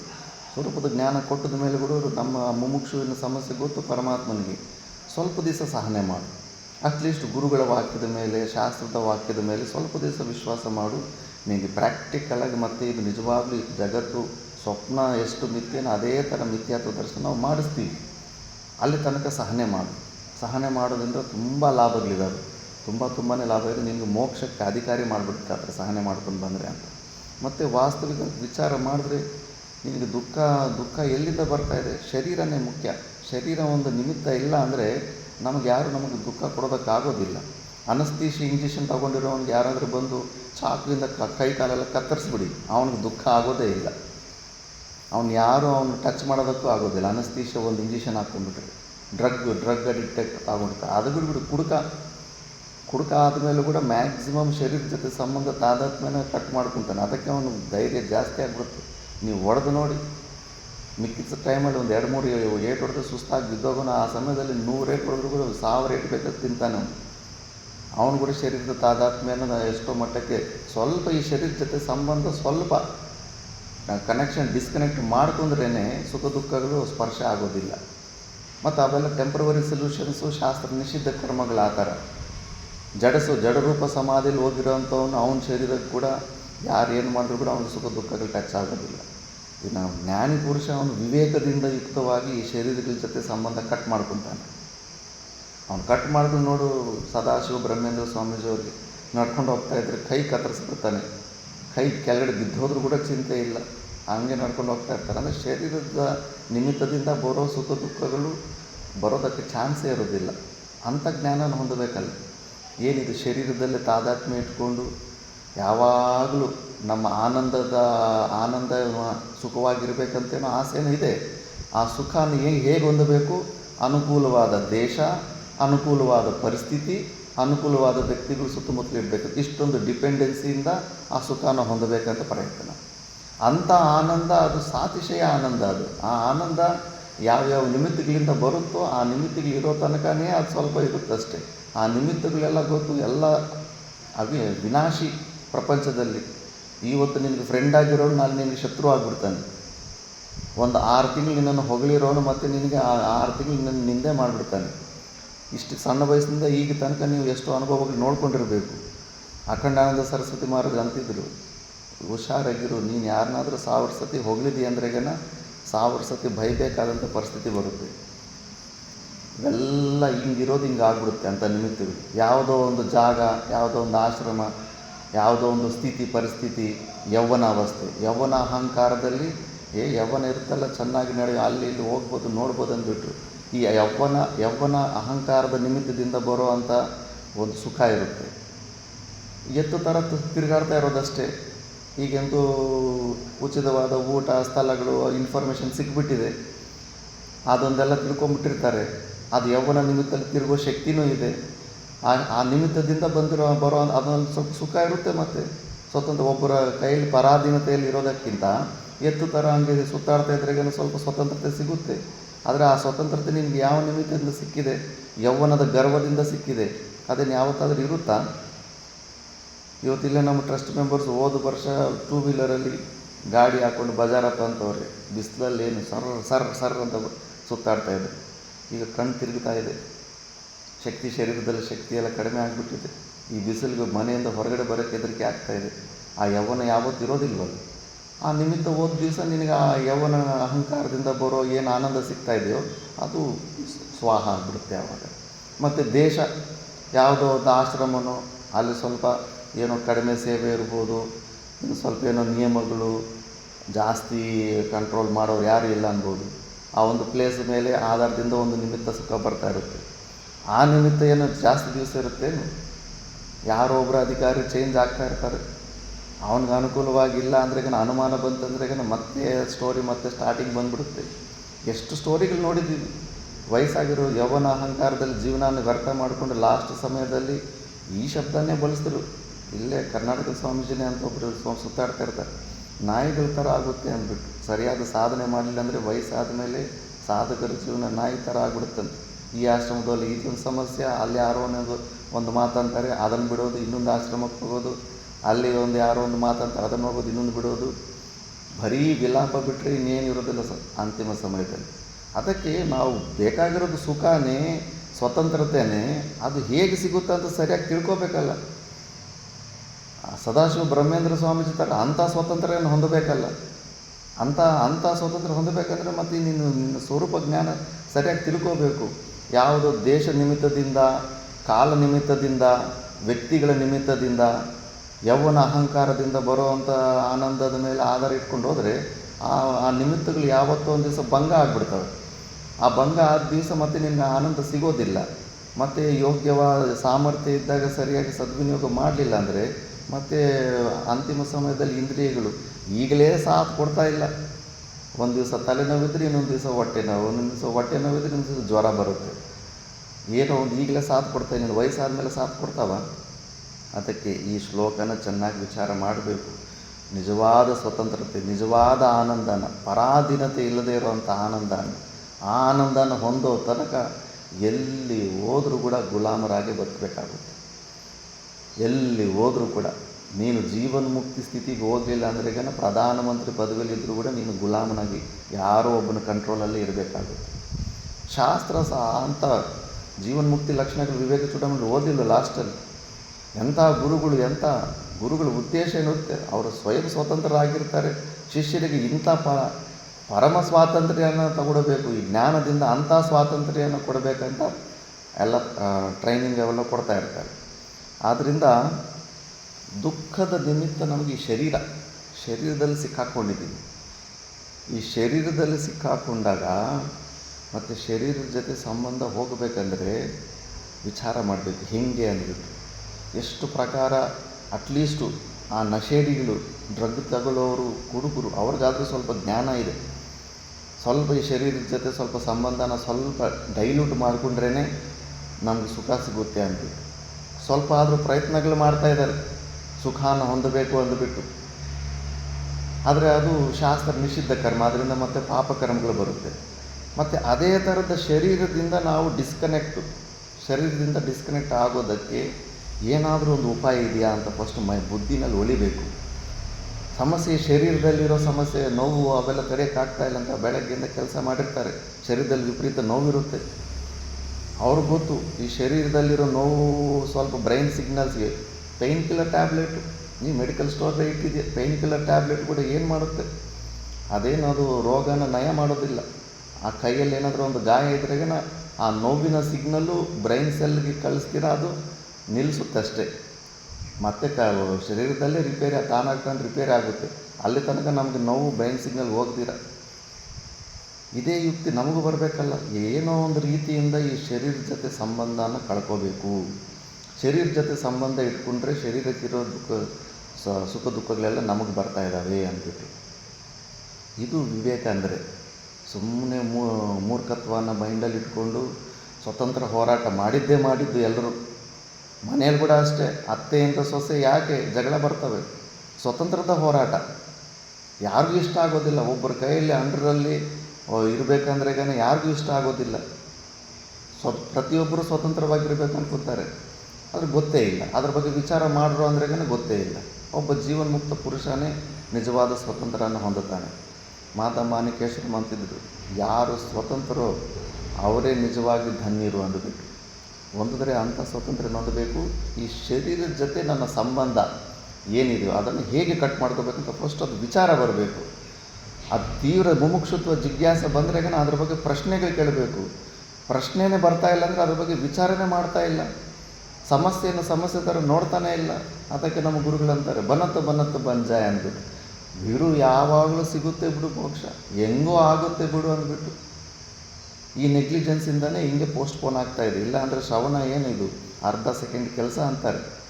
ಈ ಶಾಸ್ತ್ರ ಓದೋದು ಈ 20 ವರ್ಷ 30 ವರ್ಷ ಓದಬೇಕಾದ ಕೆಲಸ ಅಲ್ಲ, ಅರ್ಧ ಸೆಕೆಂಡ್ ಕೆಲಸನೇ ಅಂತಾರೆ. ತತ್ವ ಮಸಿ ಅಂದ ತಕ್ಷಣವೇ ಅಂಥ ಸ್ಥಿತಿಗೆ ಹೋಗಬೇಕು. ವಿಚಾರ ಮಾಡ್ತಾ ಇಲ್ಲ. ಅಭ್ಯಾಸ ಟೇಪ್ ರೆಕಾರ್ಡ್ರ್ ಇಲ್ಲಿ ಕೇಳ್ತಾ ಇರ್ತೀವಿ, ಇಲ್ಲಿ ಬಿಟ್ಬಿಡ್ತಾ ಇರ್ತೀವಿ ಅಷ್ಟೇ. ಇಲ್ಲಿ ನಮಗೆ ಅಂಥ ಸ್ವತಂತ್ರತೆಯನ್ನು ಕೊಡಿಸ್ಬೇಕಂತೆ ಪರಮಾತ್ಮನ ಚಿಂತೆ, ಶಾಸ್ತ್ರದ ಚಿಂತೆ, ಗುರುಗಳ ಚಿಂತೆ. ನಮಗೆ ಬೇಕಾಗಿರೋದು ಅದೇ ತಾನೇ. ಯಾರಿಗಿಷ್ಟ ಇದೆ ಹೇಳಿ? ಒಬ್ಬರು ಕೆಳಗಡೆ ಅಧೀನದಲ್ಲಿ ಪರಾಧೀನತೆಯಲ್ಲಿರೋದು ಯಾವ ಒಬ್ಬ ಜೀವಿಗೂ, ಒಂದು ಜೀವಿ ಕೂಡ ಇಷ್ಟ ಆಗೋದಿಲ್ಲ. ಮತ್ತು ಎಲ್ಲರ ಸಮಸ್ಯೆ ಅದೇ ಆಗಿದೆ. ಸರಿಯಾದ ಸಮಾಧಾನ ಹುಡುಕಬೇಕಲ್ಲ. ಎಷ್ಟು ದಿವಸ ಅಂತ ಇನ್ನೂ ದೇಶ ಕಾಲ ಪರಿಸ್ಥಿತಿಗಳ ನಿಮಿತ್ತದಿಂದ ಬರೋ ಆನಂದದ ಹಿಂದಗಡೆ ಹುಚ್ಚುನಾಯಿ ಥರ ಓಡ್ತಾ ಇರ್ತೀವಿ. ಸ್ವಲ್ಪ ಆದರೂ ವಿಚಾರ ಮಾಡಬೇಕಲ್ಲ. ಎಲ್ಲಿ ಮನುಷ್ಯರಿರ್ತಾರೆ, ಇಲ್ಲಿ ಹೆಂಗಿರ್ತಾರೆ ಮನುಷ್ಯರು, ಅದೇ ಇನ್ನೊಂದು ಕಡೆ ಮನುಷ್ಯರಿರ್ತಾರೆ. ಸಮಸ್ಯೆಗಳು ಅಲ್ಲೂ ಕೂಡ ಹಂಗೆ ಇರ್ತವೆ. ಎಲ್ಲೂ ಚೇಂಜ್ ಆಗೋದಿಲ್ಲ, ಇನ್ನೂ ಡಬಲ್ ಆಗಿ ಹೋಗ್ತಾ ಇರ್ತದೆ. ಮುಂದೆ ಹೋದ್ರೆಗನ ಇನ್ನೂ ಡಬಲ್ ಆಗಿ ಹೋಗ್ತಾ ಇರ್ತವೆ. ಈ ಪರಾಧೀನತೆಯಿಂದ ಹೊರಗಡೆ ಬರಬೇಕಂತ ಫಸ್ಟು ತೀವ್ರ ಮುಮುಕ್ಷುತ್ವ ಇರಬೇಕು. ಇವೆಲ್ಲ ಏನು ಅಷ್ಟೆಲ್ಲ 10 ವರ್ಷ 20 ವರ್ಷ ಫಸ್ಟು ಸಾಧನೆ ಚತುಷ್ಟಿ ಸಂಪತ್ತಿಗಳು ಶಿಷ್ಯನ ಮೂಳೆ ಆಗೋ ಥರ. ಮಹಾಭಾರತದಲ್ಲಿ 3 ದೃಷ್ಟಾಂತಗಳು ಬಂತು. ನೀ ಮಿಸ್ ಆಗಿದ್ದೆ. 3 ಜನ ಭಕ್ತರಿಗೆ ಗುರುಗಳು ಹೆಂಗೆ ಪರೀಕ್ಷೆ ಮಾಡ್ತಾರೆ ಅಂದ್ಬಿಟ್ಟು ಅದನ್ನೆಲ್ಲ ಒಂದು ಸತಿ ರಿವೈಂಡ್ ಮಾಡ್ಕೋಬೇಕು. ಫಸ್ಟು ಉದ್ದಾಲಕ ಇರ್ತಾನೆ, ಅರುಣಿ ಅಂತ ಹೆಸರಿರುತ್ತೆ. ಅವನಿಗೊಂದು ಸೇವೆ ಕೊಟ್ಟಿರ್ತಾರೆ. ಹೊಳಗದ್ದೆಯಿಂದ ನೀರು ಹರಿದು ಹೋಗ್ತಾ ಇರುತ್ತೆ, ಅದನ್ನು ಕಟ್ಟೆ ಹಾಕಿ ನಿಲ್ಲಿಸಬಾಪ ಅಂದ್ಬಿಟ್ಟು. ಅದು ನೀರಿನ ಫೋರ್ಸು ಜಾಸ್ತಿ ಇದ್ದಿದ್ದಕ್ಕೆ ಆತ ನಿಲ್ಲಿಸೋದಕ್ಕೆ ಆಗ್ತಾ ಇರೋದಿಲ್ಲ. ಸ್ವಯಂವಾಗಿ ಮಲ್ಕೊಂಬಿಟ್ಟಿರ್ತಾನೆ ಅಡ್ಡ. ಇನ್ನು ಒಂದು ಕಡೆ ನೀರು ಕಟ್ಟೆ ನಿಲ್ಲಿಸೋದಕ್ಕೆ ಮಣ್ಣು ಆಗ್ತಾಯಿದ್ದು, ಇನ್ನೊಂದು ಕಡೆ ಅದು ಕಟ್ ಮಾಡ್ಕೊಂಡು ಹೋಗ್ತಾಯಿದ್ದೆ ಫೋರ್ಸ್ ಜಾಸ್ತಿ ಇದ್ದಕ್ಕೆ. ಅವನೇ ಅಡ್ಡ ಮಲ್ಕೊಂಬಿಟ್ಟಿರ್ತಾನೆ. ಅದಕ್ಕೆ ಮತ್ತು ಗುರುಗಳು ಏನು ಇವನು ಬರಲೇ ಇಲ್ವಲ್ಲ ಅಂದ್ಬಿಟ್ಟು ಮತ್ತು ರಾತ್ರಿ ದೀಪ ತೊಗೊಂಡೋಗಿ ನೋಡಿದ್ರೆ ಅಲ್ಲಿ ಗುರುಗಳೇ ಇಲ್ಲಿ ಮಲ್ಕೊಂಬಿಟ್ಟಿದ್ದೀನಿ ಅಂತ ಎದ್ದು ಬರ್ತಾನೆ. ಅವನು ಭಕ್ತಿಗೆ ಮೆಚ್ಚಿಬಿಟ್ಟಿದ್ದನು ಮತ್ತು ಆಶೀರ್ವಾದ ಮಾಡಿ ವಿದ್ಯೆ ಕೊಡ್ತಾರೆ. ಇನ್ನೊಬ್ಬ ಶಿಷ್ಯ, ಏನು ಹೆಸರು? 2ನೇ ಶಿಷ್ಯ ಉಪಮನ್ಯುವಿನ ಚರಿತ್ರೆ. ಅವನಿಗೆ ಅಂತ ಕೊಟ್ಟಿರ್ತಾರೆ, ಆಶ್ರಮಕ್ಕೆ ಬಂದಿರ್ತಾನೆ ಗುರುಕುಲಕ್ಕೆ. ಅವನು ಫಸ್ಟ್ ಬಂದ ತಕ್ಷಣವೇ ಹಸುಗಳು ಮೇಯಿಸ್ಕೊಂಬರ್ಬೇಕು ಬೆಳಗಡೆ ಹೋಗ್ಬಿಟ್ಟು. ಮತ್ತು ಅವನು ನೀನು ಎಲ್ಲಿ ಊಟ ಮಾಡು, ಹೇಗೆ ಮಾಡ್ತೀನಿ ಅಂತ ಊಟದ ಬಗ್ಗೆ ವಿಚಾರ ಮಾಡೇ ಇರೋದಿಲ್ಲ. ಬಂದ ತಕ್ಷಣ ಕೇವಲ ಸೇವೆ ಕೊಟ್ಟಿರ್ತಾರೆ. ಹಸುಗಳು ಮೇಯಿಸ್ಕೊಂಡು ಬರಬೇಕು, ಸಾಯಂಕಾಲ ಮತ್ತು ಹಸುಗಳು ಕರ್ಕೊಂಡು ವಾಪಸ್ ಬರಬೇಕು. ನೋಡಿದ್ರೆ ಮತ್ತು ಆಶ್ರಮದಲ್ಲಂತೂ ಅವನು ಊಟನೇ ಆಗ್ತಾ ಇರೋದಿಲ್ಲ. ಏನೇನು ಹೃಷ್ಟಪುಷ್ಟವಾಗಿ ಇದ್ದಾನೆ ಅಂದ್ಬಿಟ್ಟು ಕರೆದುಬಿಟ್ಟು 10-15 ದಿವಸ ಆದಮೇಲೆ ಕರೆದುಬಿಟ್ಟು ಏನು ಹಿಂಗಿದೆಯಾ ಅಂತ ಕೇಳ್ತಾರೆ. ಮತ್ತು ಊಟದ ವ್ಯವಸ್ಥೆ ಏನು ಮಾಡ್ಕೊಂಡಿದೆ ಅಂತ ಕೇಳ್ತಾರೆ. ಕೇಳಿದ್ರೆ ಗುರುಗಳೇ ನಾನು ಭಿಕ್ಷೆ ಕೇಳ್ಕೊಂಡು ತಿಂತಾಯಿದ್ದೀನಿ ಅಂತ. ಹೌದಾ, ನೋಡು. ಮತ್ತು ಮೈನ್ ಪರೀಕ್ಷೆಗೆ ಇಟ್ಟಿರ್ತಾರೆ ನೋಡು. ಭಿಕ್ಷೆಗೆ ಫಸ್ಟು ನಿನಗೆ ಗೊತ್ತಿಲ್ಲ, ಗುರುಗಳಿಗೆ ತಂದು ಕೊಡಬೇಕು. ಏನೇ ಭಿಕ್ಷೆ ಸಿಕ್ಕರು ಸಂಪೂರ್ಣ ಭಿಕ್ಷೆ ನೀನು ಗುರುಗಳಿಗೆ ಸಮರ್ಪಣೆ ಮಾಡಬೇಕು. ಗುರುಗಳು ತಿಂದ ಮೇಲೆ ಮಿಕ್ಕಿದ್ದನ್ನು ಏನಾದರೂ ಅವ್ರು ವಾಪಸ್ ಕೊಟ್ಟರೆ ಅದನ್ನು ನೀನು ತಿನ್ನಬೇಕು, ಇಲ್ಲಾಂದ್ರೆ ಉಪವಾಸನೇ ಇರಬೇಕು ಅಂದ್ಬಿಟ್ಟು. ಸರಿ ಗುರುಗಳೇ ಅಂದ್ಬಿಟ್ಟಿದ್ದನ್ನು ಆ ಭಿಕ್ಷೆಯನ್ನು ಫಸ್ಟು ತೊಗೊಂಬರ್ತಾನೆ. ಮತ್ತು ತಂದ್ರಾಗನ ಗುರುಗಳು 10 ದಿವಸ 15 ದಿವಸ ಒಂದು ಚೂರು ವಾಪಸ್ ಕೊಡೋದೇ ಇಲ್ಲ, ಪೂರ್ತಿ ಸ್ವಯಂವಾಗಿ ಅವರೇ ತಿಂದುಬಿಡ್ತಾರೆ. ಆದ್ರೂ ಇವನು ಏನು ಒಣಗ್ತಾ ಇಲ್ಲ, ಹೃಷ್ಟಪುಷ್ಟವಾಗೇ ಇರ್ತಾನೆ. ಮತ್ತೆ ಕರೆದು ಏನು ಮತ್ತೆ ಹೃಷ್ಟಪುಷ್ಟವಾಗಿದೆಯಾ, ನಾನು ಭಿಕ್ಷೆಯನ್ನು ಕೊಡಲಿಲ್ಲ, ಮತ್ತು ಏನು ಮಾಡ್ಕೊಂಡು ಊಟ ವ್ಯವಸ್ಥೆ ಅಂದರೆ, ನಿಮಗೆ ಭಿಕ್ಷೆ ಕೊಟ್ಟಮೇಲೆ ನಾನು ಇನ್ನೊಂದು ಸತಿ ಹೋಗಿ ಭಿಕ್ಷೆ ಮಾಡ್ಕೊತಾ ಇದ್ದೀನಿ ಅಂತ. ಮತ್ತು ಅದು ತಪ್ಪು, ನೀನು ಒಂದೇ ಸತಿ ಭಿಕ್ಷೆ ಕೇಳಬೇಕು. ಇನ್ನೊಬ್ಬ ಅಧಿಕಾರಿ, ಇನ್ನೊಬ್ಬ ವಿದ್ಯಾರ್ಥಿ ಯಾರಾದರೂ ಭಿಕ್ಷೆ ಹೋಗಿ ಅವನು ಹೊಟ್ಟೆ ಹೊಡೆದಿದ್ಯಾ ನೀನು? ಎಲ್ಲ ಮನೆಯಲ್ಲೂ ಒಂದು ಹೊತ್ತು ಊಟಕ್ಕೆ ಏನೋ ಸ್ವಲ್ಪ ಇಟ್ಕೊಂಡಿರ್ತಾರೆ, ಯಾರೋ ಒಬ್ಬ ಸಾಧು ಕೊಡಬೇಕಂತ. 4-5 ಜನಕ್ಕೆ ಮಾಡಿ ರೆಡಿಯಾಗಿ ಇಟ್ಕೊಂಡಿರೋದಿಲ್ಲ. ಗೃಹಸ್ಥರ ಧರ್ಮ ಇರುತ್ತೆ, ಯಾವಾಗಲೂ ಅವ್ರು ಎಷ್ಟು ಜನ ಇದ್ದರೆ 5 ಜನ ಇದ್ದರೆ 6 ಜನಕ್ಕೂ 7 ಜನಕ್ಕೆ ಊಟ ಮಾಡಿ ಇಟ್ಕೋಬೇಕು. ಅದು ನಿಯಮ, ಅದು ಡ್ಯೂಟಿ. ಅದು ಏನೋ ಕೃಪೆಯಿಂದ ದಾನ ಧರ್ಮ ಮಾಡ್ದಂಗೆ ಮಾಡೋದಲ್ಲ, ಕಂಪಲ್ಸರಿ ಅದು ಡ್ಯೂಟಿ. ಅದು ಸಾಧು ಸತ್ಪುರುಷರು ಬ್ರಾಹ್ಮಣರು ಬರ್ತಾರೆ ಅನ್ನೋ ಉದ್ದೇಶ ಇಟ್ಕೊಂಡು ಡೈಲಿ ಒಬ್ರಿಗೂ ಇಬ್ಬರಿಗೂ ಎಕ್ಸ್ಟ್ರಾ ಮಾಡಿ ಇಟ್ಕೊಂಡಿರ್ಬೇಕು ಅವರು. ಅದಕ್ಕೆ ಒಬ್ಬರು ಬಂದರೆ, ಯಾರ್ದು ಭಿಕ್ಷೆ ಬಂದರೆ ಅವರು ಹಾಕಿಬಿಟ್ರೆ ಅವ್ರ ಕರ್ತವ್ಯ ಮುಗಿಯುತ್ತೆ. ನೀನು ಆ ಥರ ಇನ್ನೊಬ್ಬ ವಿದ್ಯಾರ್ಥಿ ಭಿಕ್ಷೆ ಬೇಡ ಕೆಡೋದನ್ನು ನೀನು ತಿಂದುಬಿಟ್ಟಿದೆಯಾ, ಅವನು ಹೊಟ್ಟೆ ಹೊಡೆದಿದೆಯಾ, ನೀನು ಹಂಗೆ ಕೇಳೋಂಗಿಲ್ಲ ಅಂದ್ಬಿಡ್ತಾರೆ. ಸರಿ ಅಂತ ಹಂಗೆ ಇರ್ತಾನೆ. ಮತ್ತೆ ಸ್ವಲ್ಪ ದಿವಸ ನೋಡಿದ್ರೆ ಮತ್ತೆ ಇನ್ನೂ ಏನು ಸಣ್ಣಗಾಗ್ತಾ ಇಲ್ಲ, ಹಂಗೆ ದಪ್ಪಗಿದ್ದಾನೆ. ಮತ್ತೆ ಕರೆದು ಏನು ಊಟದ ವ್ಯವಸ್ಥೆ ಏನು ಮಾಡ್ಕೊಂಡಿದ್ದೀಯ ಅಂದರೆ, ಈಗ ಗುರುಗಳೇ ಹಸು ಮೇಯಿಸ್ತೀನಿ, ಹಸು ಹಾಲು ಕುಡಿತಾ ಇದ್ದೀನಿ ಅಂತಾನೆ. ಮತ್ತು ನನ್ನ ಆಜ್ಞೆ ಇಲ್ದಿರೋ ನೀನು ಆಶ್ರಮದ ಹಸು ಹಾಲು ಏನು ಕುಡಿದು ನೀನು, ಅದು ಕರುಗಳ ಅದು ಪಶುವನ್ನು ಅದು ನೀನು ಹೆಂಗೆ ಕುಡಿದುಬಿಟ್ಟೆ, ಹಂಗೆ ಕುಡಿಬಾರ್ದು ಅಂತ ಅಂತಾನೆ. ಮತ್ತೆ ನೋಡಿದ್ರೆ ಮತ್ತೆ ಇನ್ನು 10-15 ದಿವಸ ಆದಮೇಲೆ ಇನ್ನೂ ಸ್ವಲ್ಪ ಕಡಿಮೆ ಆಗಿರ್ತಾನೆ, ಬಟ್ ಇನ್ನೂ ಪುಷ್ಟವಾಗಿ ಕಾಣಿಸ್ತಾ ಇರ್ತಾನೆ. ಮತ್ತೆ ಕರೆಸಿಬಿಟ್ಟು, ಏನು ಈಗೇನು ಮಾಡ್ಕೊಂಡಿದ್ದೆ ಊಟದ ವ್ಯವಸ್ಥೆ ಅಂದ್ರೆಗೇನ, ಅದು ಕರುಗಳು ಹಾಲು ಕುಡಿತಾವಲ್ಲ, ಅದ್ರ ಪಕ್ಕದಲ್ಲಿ ನೊರೆ ಬರುತ್ತಲ್ಲ, ಆ ನೊರೆಯನ್ನು ತಿಂತಾಯಿದ್ದೀನಿ ಅಂತಾನೆ. ತಪ್ಪು, ಹಂಗೆ ತಿನ್ನಬಾರ್ದು. ಕರುಗಳ ಅನ್ನನ ಕದೀತೀಯ ನೀನು. ಆ ನೊರೆನ ಮತ್ತೆ ಕೆಳಗಡೆ ಬಿಟ್ಟ ಮೇಲೆ ನಾಲಿಗೆಯಿಂದ ಅವೆಲ್ಲ ಮತ್ತೆ ಇದು ಮಾಡಿಕೊಂಡು ಮತ್ತೆ ತಿಂತಾವವು. ಕರುಗಳ ಊಟ ತಿಂತಿ ಅಂದ್ಬಿಟ್ಟು ಅದನ್ನು ಬ್ಯಾನ್ ಮಾಡಿಸ್ತಾನೆ. ಮತ್ತು ಸರಿ ಅಂದ್ಬಿಟ್ಟು ಸ್ವಲ್ಪ ದಿವಸ ಎಲೆ ಬೆಳೆ ಎಲ್ಲ ತಿಂತಾ ಇರ್ತಾನೆ. ಈಗ ಈ ಗ್ರೀಷ್ಮ ಋತುವಿನಲ್ಲಿ ಸ್ವಲ್ಪ ಎಲೆಗಳೆಲ್ಲ, ವಸಂತ ಋತುವಿನಲ್ಲಿ ಎಲೆಗಳೆಲ್ಲ ಬಿದ್ದಿರ್ತಾವೆ, ಚಿಗುರು ಎಲೆ ಕೂಡ ಸಿಗೋದಿಲ್ಲ. ಒಂದು ದಿವಸ ಎಕ್ಕದ ಗಿಡ ಇರುತ್ತಲ್ಲ, ಎಕ್ಕದ ಗಿಡದ್ದು ಎಲೆ ಸ್ವಲ್ಪ ಗ್ರೀನಾಗಿ ಕಾಣಿಸ್ತಾಗ ಇದು ತಿಂದು ನೋಡೋಣ ಅಂದ್ಬಿಟ್ಟು ತಿಂದುಬಿಡ್ತಾನೆ. ತುಂಬ ಅದಷ್ಟೇ, ಅದು ವಿಷ ಇದ್ದಂಗೆ. ಅದು ಎಕ್ಕದ ಹಾಲು ಸ್ವಲ್ಪ ಗಂಟಲು ಹೋದ್ರೇ ಅಲ್ಲಿ ಪ್ಯಾಕ್ ಮಾಡಿಬಿಡುತ್ತೆ, ಪ್ರಾಣದ ಉಸಿರಾಡೋದೇ ಕಷ್ಟ ಆಗಿಬಿಡುತ್ತೆ. ಅಂಥದ್ದು ಎಳೆಯನ್ನು ತಿಂದವನು ರಸ ಥರ ತಿಂದುಬಿಟ್ಟು ಮತ್ತು ಅದು ಹಾಲು ಕೈಗೆ ಅಲ್ಲಿ ಹಚ್ಕೊಂಡಿರುತ್ತೆ, ಸ್ವಲ್ಪ ಕಣ್ಣಿಗೇನೋ ಟಚ್ ಆಗಿಬಿಟ್ಟಿರುತ್ತೆ, ಕಣ್ಣುಗಳು ಕಾಣಿಸ್ತಾರೆ ಆಗಿಬಿಡುತ್ತೆ. ಇನ್ನು ದಾರಿ ಕಾಣಿಸ್ದೆ ಹಂಗೆ ಹಿಂಗೆ ಅನ್ಕೊಂತ ಬಂದುಬಿಟ್ಟಿದ್ದು ಬಾವಿಯಲ್ಲಿ ಬಿದ್ದೋಗ್ಬಿಟ್ಟಿರ್ತಾನೆ. ಬಾವಿಲಿ ಬಿದ್ದೋಗ್ಬಿಟ್ಟು ಅಲ್ಲೇ ಇರ್ತಾನೆ. ಮತ್ತು ರಾತ್ರಿ ಆಗುತ್ತೆ, ಹಸುಗಳು ತಾನಾಗ್ತಾನೆ ಬಂದುಬಿಡ್ತಾವೆ. ಅವಾಗ ಅಡ್ರೆಸ್ ಗೊತ್ತಿರುತ್ತೆ, ಯಾರು ಮನುಷ್ಯ ಇಲ್ಲಾಂದರೆ ಸಾಯಂಕಾಲ ಆಯ್ತಂದರೆ ಅವು ದಾರಿ ಹುಡ್ಕೊಂಡು ಬಂದುಬಿಡ್ತವೆ. ಏನೋ ಅವನು ಬಂದಿಲ್ಲ, ಉಪಮನ್ಯು ಹೋಗಿ ನೋಡೋಣ ಬಂದರೆ ಅಂತ ಲ್ಯಾಂಪ್ ತೊಗೊಂಡು ಹೋದ್ರೆಗನ ಕೂಗಾಡಿ ಮೇಲೆ ಉಪಮನ್ಯು ಅಂದರೆ, ಗುರುಗಳೇ ಇಲ್ಲಿದ್ದೀನಿ, ಬಾವಿಯಲ್ಲಿ ಬಿದ್ದಿದ್ದೀನಿ ಅಂತ. ಮತ್ತು ಏನಾಯ್ತಂದರೆ ಎಲ್ಲ ಸ್ಟೋರಿ ಹೇಳ್ತಾನೆ, ಏನು ಸಿಗದೇ ಇದ್ದಿದ್ದಕ್ಕೆ ಈ ಥರ ಎಕ್ಕದ ಎಲೆ ತಿಂದುಬಿಟ್ಟಿದ್ದೀನಿ ಅಂದ್ಬಿಟ್ಟು. ಆವಾಗ ಗುರುಗಳಿಗೆ ತುಂಬ ಸಂತುಷ್ಟಿ ಆಗುತ್ತೆ. ಅಬ್ಬಾ, ಇವನು ನಾನು ಊಟ ಕೊಡ್ತಾ ಇಲ್ಲ ಅಂತ ಕೋಪ ಮಾಡಿಕೊಂಡು ಬಿಟ್ಟು ಹೋಗ್ತಾನೆ ಅಂದ್ಕೊಂಡ್ರೆಗಾನ ಅವನು ಬಿಡಲಿಲ್ಲ. ಇವೆಲ್ಲ ಯಾಕೆ ಮಹಾಭಾರತದಲ್ಲಿ ಜನ್ಮೇಜಯನು ಯಾಗ ಮಾಡೋ ಸ್ಟೋರಿದಲ್ಲಿ ಇವೆಲ್ಲ ಸ್ಟೋರಿಗಳು ಯಾಕೆ ವ್ಯಾಸ ಭಗವಂತರು ನಮಗೆ ತಿಳಿಸ್ತಾ ಇದ್ದಾರೆ? ಫಸ್ಟು ಶಿಷ್ಯ ಅಂದರೆ ಏನು, ವಿದ್ಯಾರ್ಥಿ ಲಕ್ಷಣ ಅಂದರೆ ಏನು, ಅವೆಲ್ಲ ನಮ್ಗೆ ಅರ್ಥ ಆಗಬೇಕು. ಈ ಬ್ರಹ್ಮವಿದ್ಯೆ ಸುಮ್ಮನೆ ಹಂಗೆ ಸಿಕ್ಕಿಲ್ಲ, ಎಷ್ಟೋ ಮಹತ್ ಕಷ್ಟಗಳು ಪಟ್ಟರೆ ಸಿಕ್ಕಿರೋದು. ಅಧಿಕಾರಿತ್ವ ಇಲ್ಲ ಅಂದರೆ ಈ ಶಬ್ದಗಳೆಲ್ಲ ಏನು, ಅದಕ್ಕೆ ನಿದ್ದೆ ಬರೋದು ಪಾಠದಲ್ಲಿ ಕೂತ್ಕೊಂಡ್ರೆ. ವಿಚಾರನೇ ಇಲ್ಲ, ಅದ್ರ ಮೇಲೆ ಮಹತ್ವ ಬುದ್ಧಿನೇ ಇಲ್ಲ, ಸಾಧನ ಚತುಷ್ಟಯ ಸಂಪತ್ತಿ ಇಲ್ಲ. ಯಾರಿಗೂ ಅವರು ಶ್ರೇಷ್ಠ ಅಧಿಕಾರಿಗಳು ಅಂದ್ಕೊಂಡ್ಬಿಡ್ತಾ ಇರ್ತಾರೆ, ಇದರಲ್ಲಿ ಏನಿದೆ, ಪುಸ್ತಕದಲ್ಲಿ ಏನಿದೆ, ಉಪನಿಷತ್ತಲ್ಲಿ ಏನಿದೆ ಅಂದ್ಬಿಟ್ಟು ಮುಂದ್ಗಡೆ ಹೋಗ್ಬಿಡೋದು ಅಷ್ಟೇ. ಮತ್ತು ವ್ಯಾಸ ಭಗವಂತರು, ಪರಂಪರೆಯಿಂದ ಬಂದಂಥ ಗುರುಗಳು, ಶಂಕರಾಚಾರ್ಯರು ಟೈಮ್ ಪಾಸ್ಗೆ ಬರ್ತಾರೆ. ಇವಾಗ ಭಾಷೆಗಳೆಲ್ಲ ಭಾಷೆಯ ಪುಸ್ತಕನ ಡೈಲಿ ಪೂಜೆ ಮಾಡ್ತಾರೆ ಇದಕ್ಕೆ. ಯಾಕಂದರೆ ಬ್ರಹ್ಮವಿದ್ಯೆ ಅಂದರೆ ಸಾಕ್ಷಾತ್ ಮೋಕ್ಷ, ಇದು ಮೋಕ್ಷ ಸ್ವರೂಪ, ಪರಮಾನಂದ ಇದು ಅಂದ್ಬಿಟ್ಟು. ಮತ್ತು ಶಿಷ್ಯನಿಗೆ ಅಷ್ಟು ದಿವಸ ಊಟದ ವ್ಯವಸ್ಥೆ ಇಲ್ಲ, ಕೇವಲ ಸೇವೆ, ಇನ್ನೂ ಉಪದೇಶನೂ ಮಾಡೇ ಇಲ್ಲ. ನಾವುಗಳು ಆ ಥರ ಇರ್ತೀವ? ನಾನೇ ಕೇಳಿದೆ ಮೈಸೂರು ಸ್ವಾಮೀಜಿಯಲ್ಲಿ ಫಸ್ಟು ವ್ಯಾಕರಣ ಹೇಳ್ಕೊಡ್ತೀನಿ ಅಂತ ಮೊದಲನೇ ದಿವಸ ಹೋದಾಗ ಅಂದಿದ್ರು. 3-4 ತಿಂಗಳಾದರೂ ಹೇಳ್ಕೊಡ್ತಾನೇ ಇಲ್ಲ. ಮಧ್ಯದಲ್ಲಿ ಒಂದು 15 ದಿವಸಕ್ಕೊಂದು ಸತಿ ಜ್ಞಾಪಿಸ್ತಾ ಇದ್ದೆ ವ್ಯಾಕರಣ ಅಂತ. ಅವರು ಮತ್ತೆ ಒಂದು ದಿವಸ ಕುಡಿಸ್ಕೊಂಡು, ಯಾಕೆ ಹೇಳ್ಕೊಡ್ಬೇಕು ನಾನು ನಿನಗೆ ಅಂತ ಕೇಳಿದ್ರು. ನನ್ನ ಹತ್ರ ಉತ್ತರನೇ ಇಲ್ಲ. ಯಾಕೆ ಹೇಳ್ಕೊಡ್ಬೇಕು? ನೀನು ನನಗೇನಾದರೂ ಸಾಲ ಕೊಟ್ಟಿದೆಯಾ? ಇಲ್ಲ ನಾನು ನಿನಗೇನಾದರೂ ಋಣ ಇದ್ದೀನ, ಹಿಂಗೆ ಸ್ಟಾರ್ಟ್ ಮಾಡಿದ್ರು. ಮತ್ತೆ ಎಲ್ಲ ಈ ಸ್ಟೋರಿಗೆ ಹೇಳ್ಕೊಂಬಂದರು. ಡಿಮ್ಯಾಂಡಿಂಗ್ ಅಲ್ಲ, ಫಸ್ಟು ನೀನು ಕೊಟ್ಟಿರೋ ಕರ್ತವ್ಯನ ಮಾಡೋದು ನೋಡಬೇಕು ಶಿಷ್ಯನು. ಗುರುಗಳಿಗೆ ನೀನು ಯೋಗ್ಯವಾದ ಪಾತ್ರ ಅಂದಾಗ ಆವಾಗ ನಿನಗಿದ್ದು ಧಾರಣೆ ಮಾಡ್ತಾರೆ. ಹುಳಿ ಹಾಲು ಬಂಗಾರದ ಪಾತ್ರೆಯಲ್ಲೇ ಅದು ನಿಲ್ಲುತ್ತಂತೆ, ಮಿಕ್ಕಿದ ಮೆಟಲಲ್ಲಿ ಇಟ್ಟರೆಗನ ಆ ಮೆಟಲಲ್ಲಿ ಅದು ತೂತು ಬಿದ್ದು ಕೆಳಗಡೆ ಬಿದ್ದೋಗುತ್ತೆ ಅಂತಾರೆ. ಕೇವಲ ಒಂದು ಗೋಲ್ಡ್ ಮೆಟಲಲ್ಲೇ ಅದು ಹಾಲು ನಿಂತ್ಕೊಳ್ಳುತ್ತೆ ಅಂತ ಪ್ರಸಿದ್ಧಿ ಇದೆ. ಪ್ರಾಕ್ಟಿಕಲಾಗಿ ನೋಡಿದ್ರೆ ಗೊತ್ತಾಗುತ್ತೆ ಅದೇನು ಅಂದ್ಬಿಟ್ಟು. ಅದು ಯೋಗ್ಯವಾದ ಪಾತ್ರ ಬರೋ ತನಕ ಏನು ಕೊಡಬೇಕು ಏನು ಕೊಡಬಾರ್ದು ಅಂತ ಗುರುಗಳಿಗೆ ಚೆನ್ನಾಗಿ ಗೊತ್ತಿರುತ್ತೆ. ಅಲ್ಲಿ ತನಕ ಅಷ್ಟೊಂದು ಸಹನೆ ಇರಬೇಕು. ಅದಕ್ಕೆ ಪೂರ್ವ ಶ್ಲೋಕದಲ್ಲಿ ಸುಮ್ಮನೆ ಹಾಕಿ ತಾನ್ ತಿತಿಕ್ಷಸ್ವ ಭಾರತ ಅಂತ ಅರ್ಜುನನಿಗೆ ಸಹನೆ ಮಾಡಬೇಕು ಸ್ಟಾರ್ಟಿಂಗಲ್ಲಿ ಅಂದ್ಬಿಟ್ಟು. ಆ ಊಟದ ವಿಷಯದಲ್ಲಿ ಅಷ್ಟೊಂದು ಲೆಕ್ಕನೇ ಇಲ್ದಿರ ಮಾಡಿದ್ದಕ್ಕೆ ಈಗಿನ ಕಾಲದಲ್ಲಿ ನಾವು ಬ್ರಹ್ಮಚಾರಿಗಳು ಏನು ಮಾಡ್ತೀವಿ? ಇನ್ನು ಗೃಹಸ್ಥಾಶ್ರಮದಲ್ಲಿ ಕಷ್ಟಪಟ್ಟು ಬಂದಿರೋರಿಗೆ ಬೆಲೆ ಗೊತ್ತಿರುತ್ತೆ.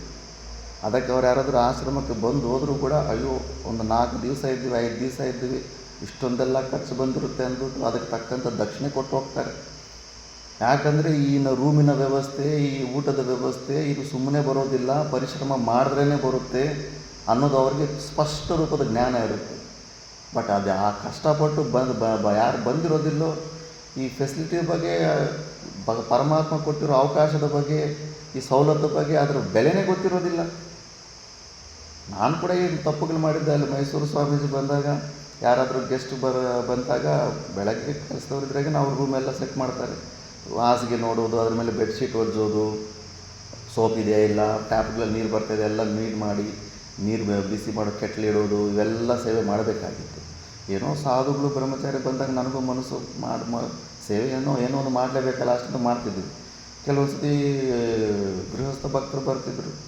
ಅವ್ರು ಬರ್ತಿದ್ದಾಗ ಅಯ್ಯೋ ಇವ್ರಿಗೆ ನಾನು ಯಾಕೆ ಅವ್ರು ಬರಬೇಕಾದ್ರೆ ಅವ್ರ ಮೇಲೆ ನಾನು ನೀಟಾಗಿ ಇಟ್ಕೊಬೇಕಾ, ಹಂಗೆ ಹಿಂಗೆ ಎಲ್ಲ ಅಂದ್ಬಿಟ್ಟು ಮನಸ್ಸಲ್ಲಿ ವಿಕಾರಗಳು.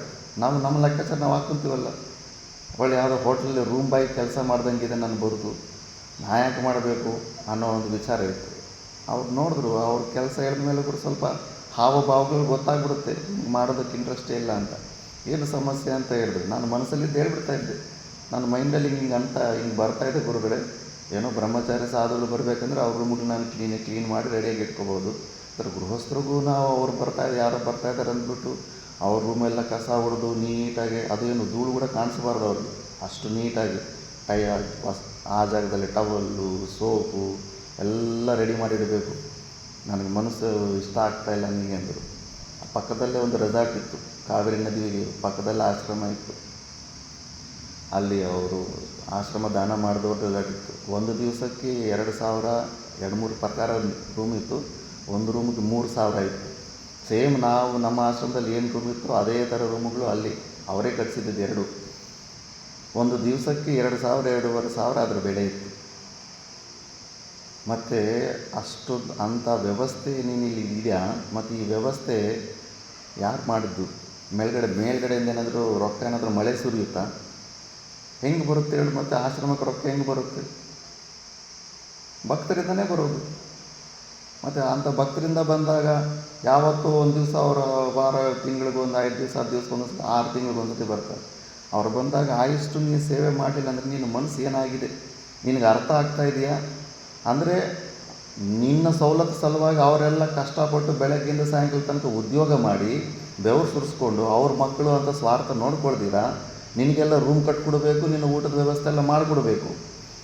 ನೀನು ಮಾತ್ರ ಅವ್ರು ಯಾವತ್ತೋ ಒಂದು ದಿವಸ ಬಂದಾಗ ಒಂದು ಸ್ವಲ್ಪ ಅಷ್ಟು ಕೂಡ ನೀನು ಮಾಡೋದಿಲ್ಲ. ಎಂಥ ಸ್ವಾರ್ಥ ಬುದ್ಧಿ ಇದೆ ಅಂತ ಸ್ವಲ್ಪ ವಿಚಾರ ಮಾಡಿ ನೋಡಿ. ಪ್ರಪಂಚದಲ್ಲಿ ಹಂಗೆ ನಡೆಯುತ್ತಾ?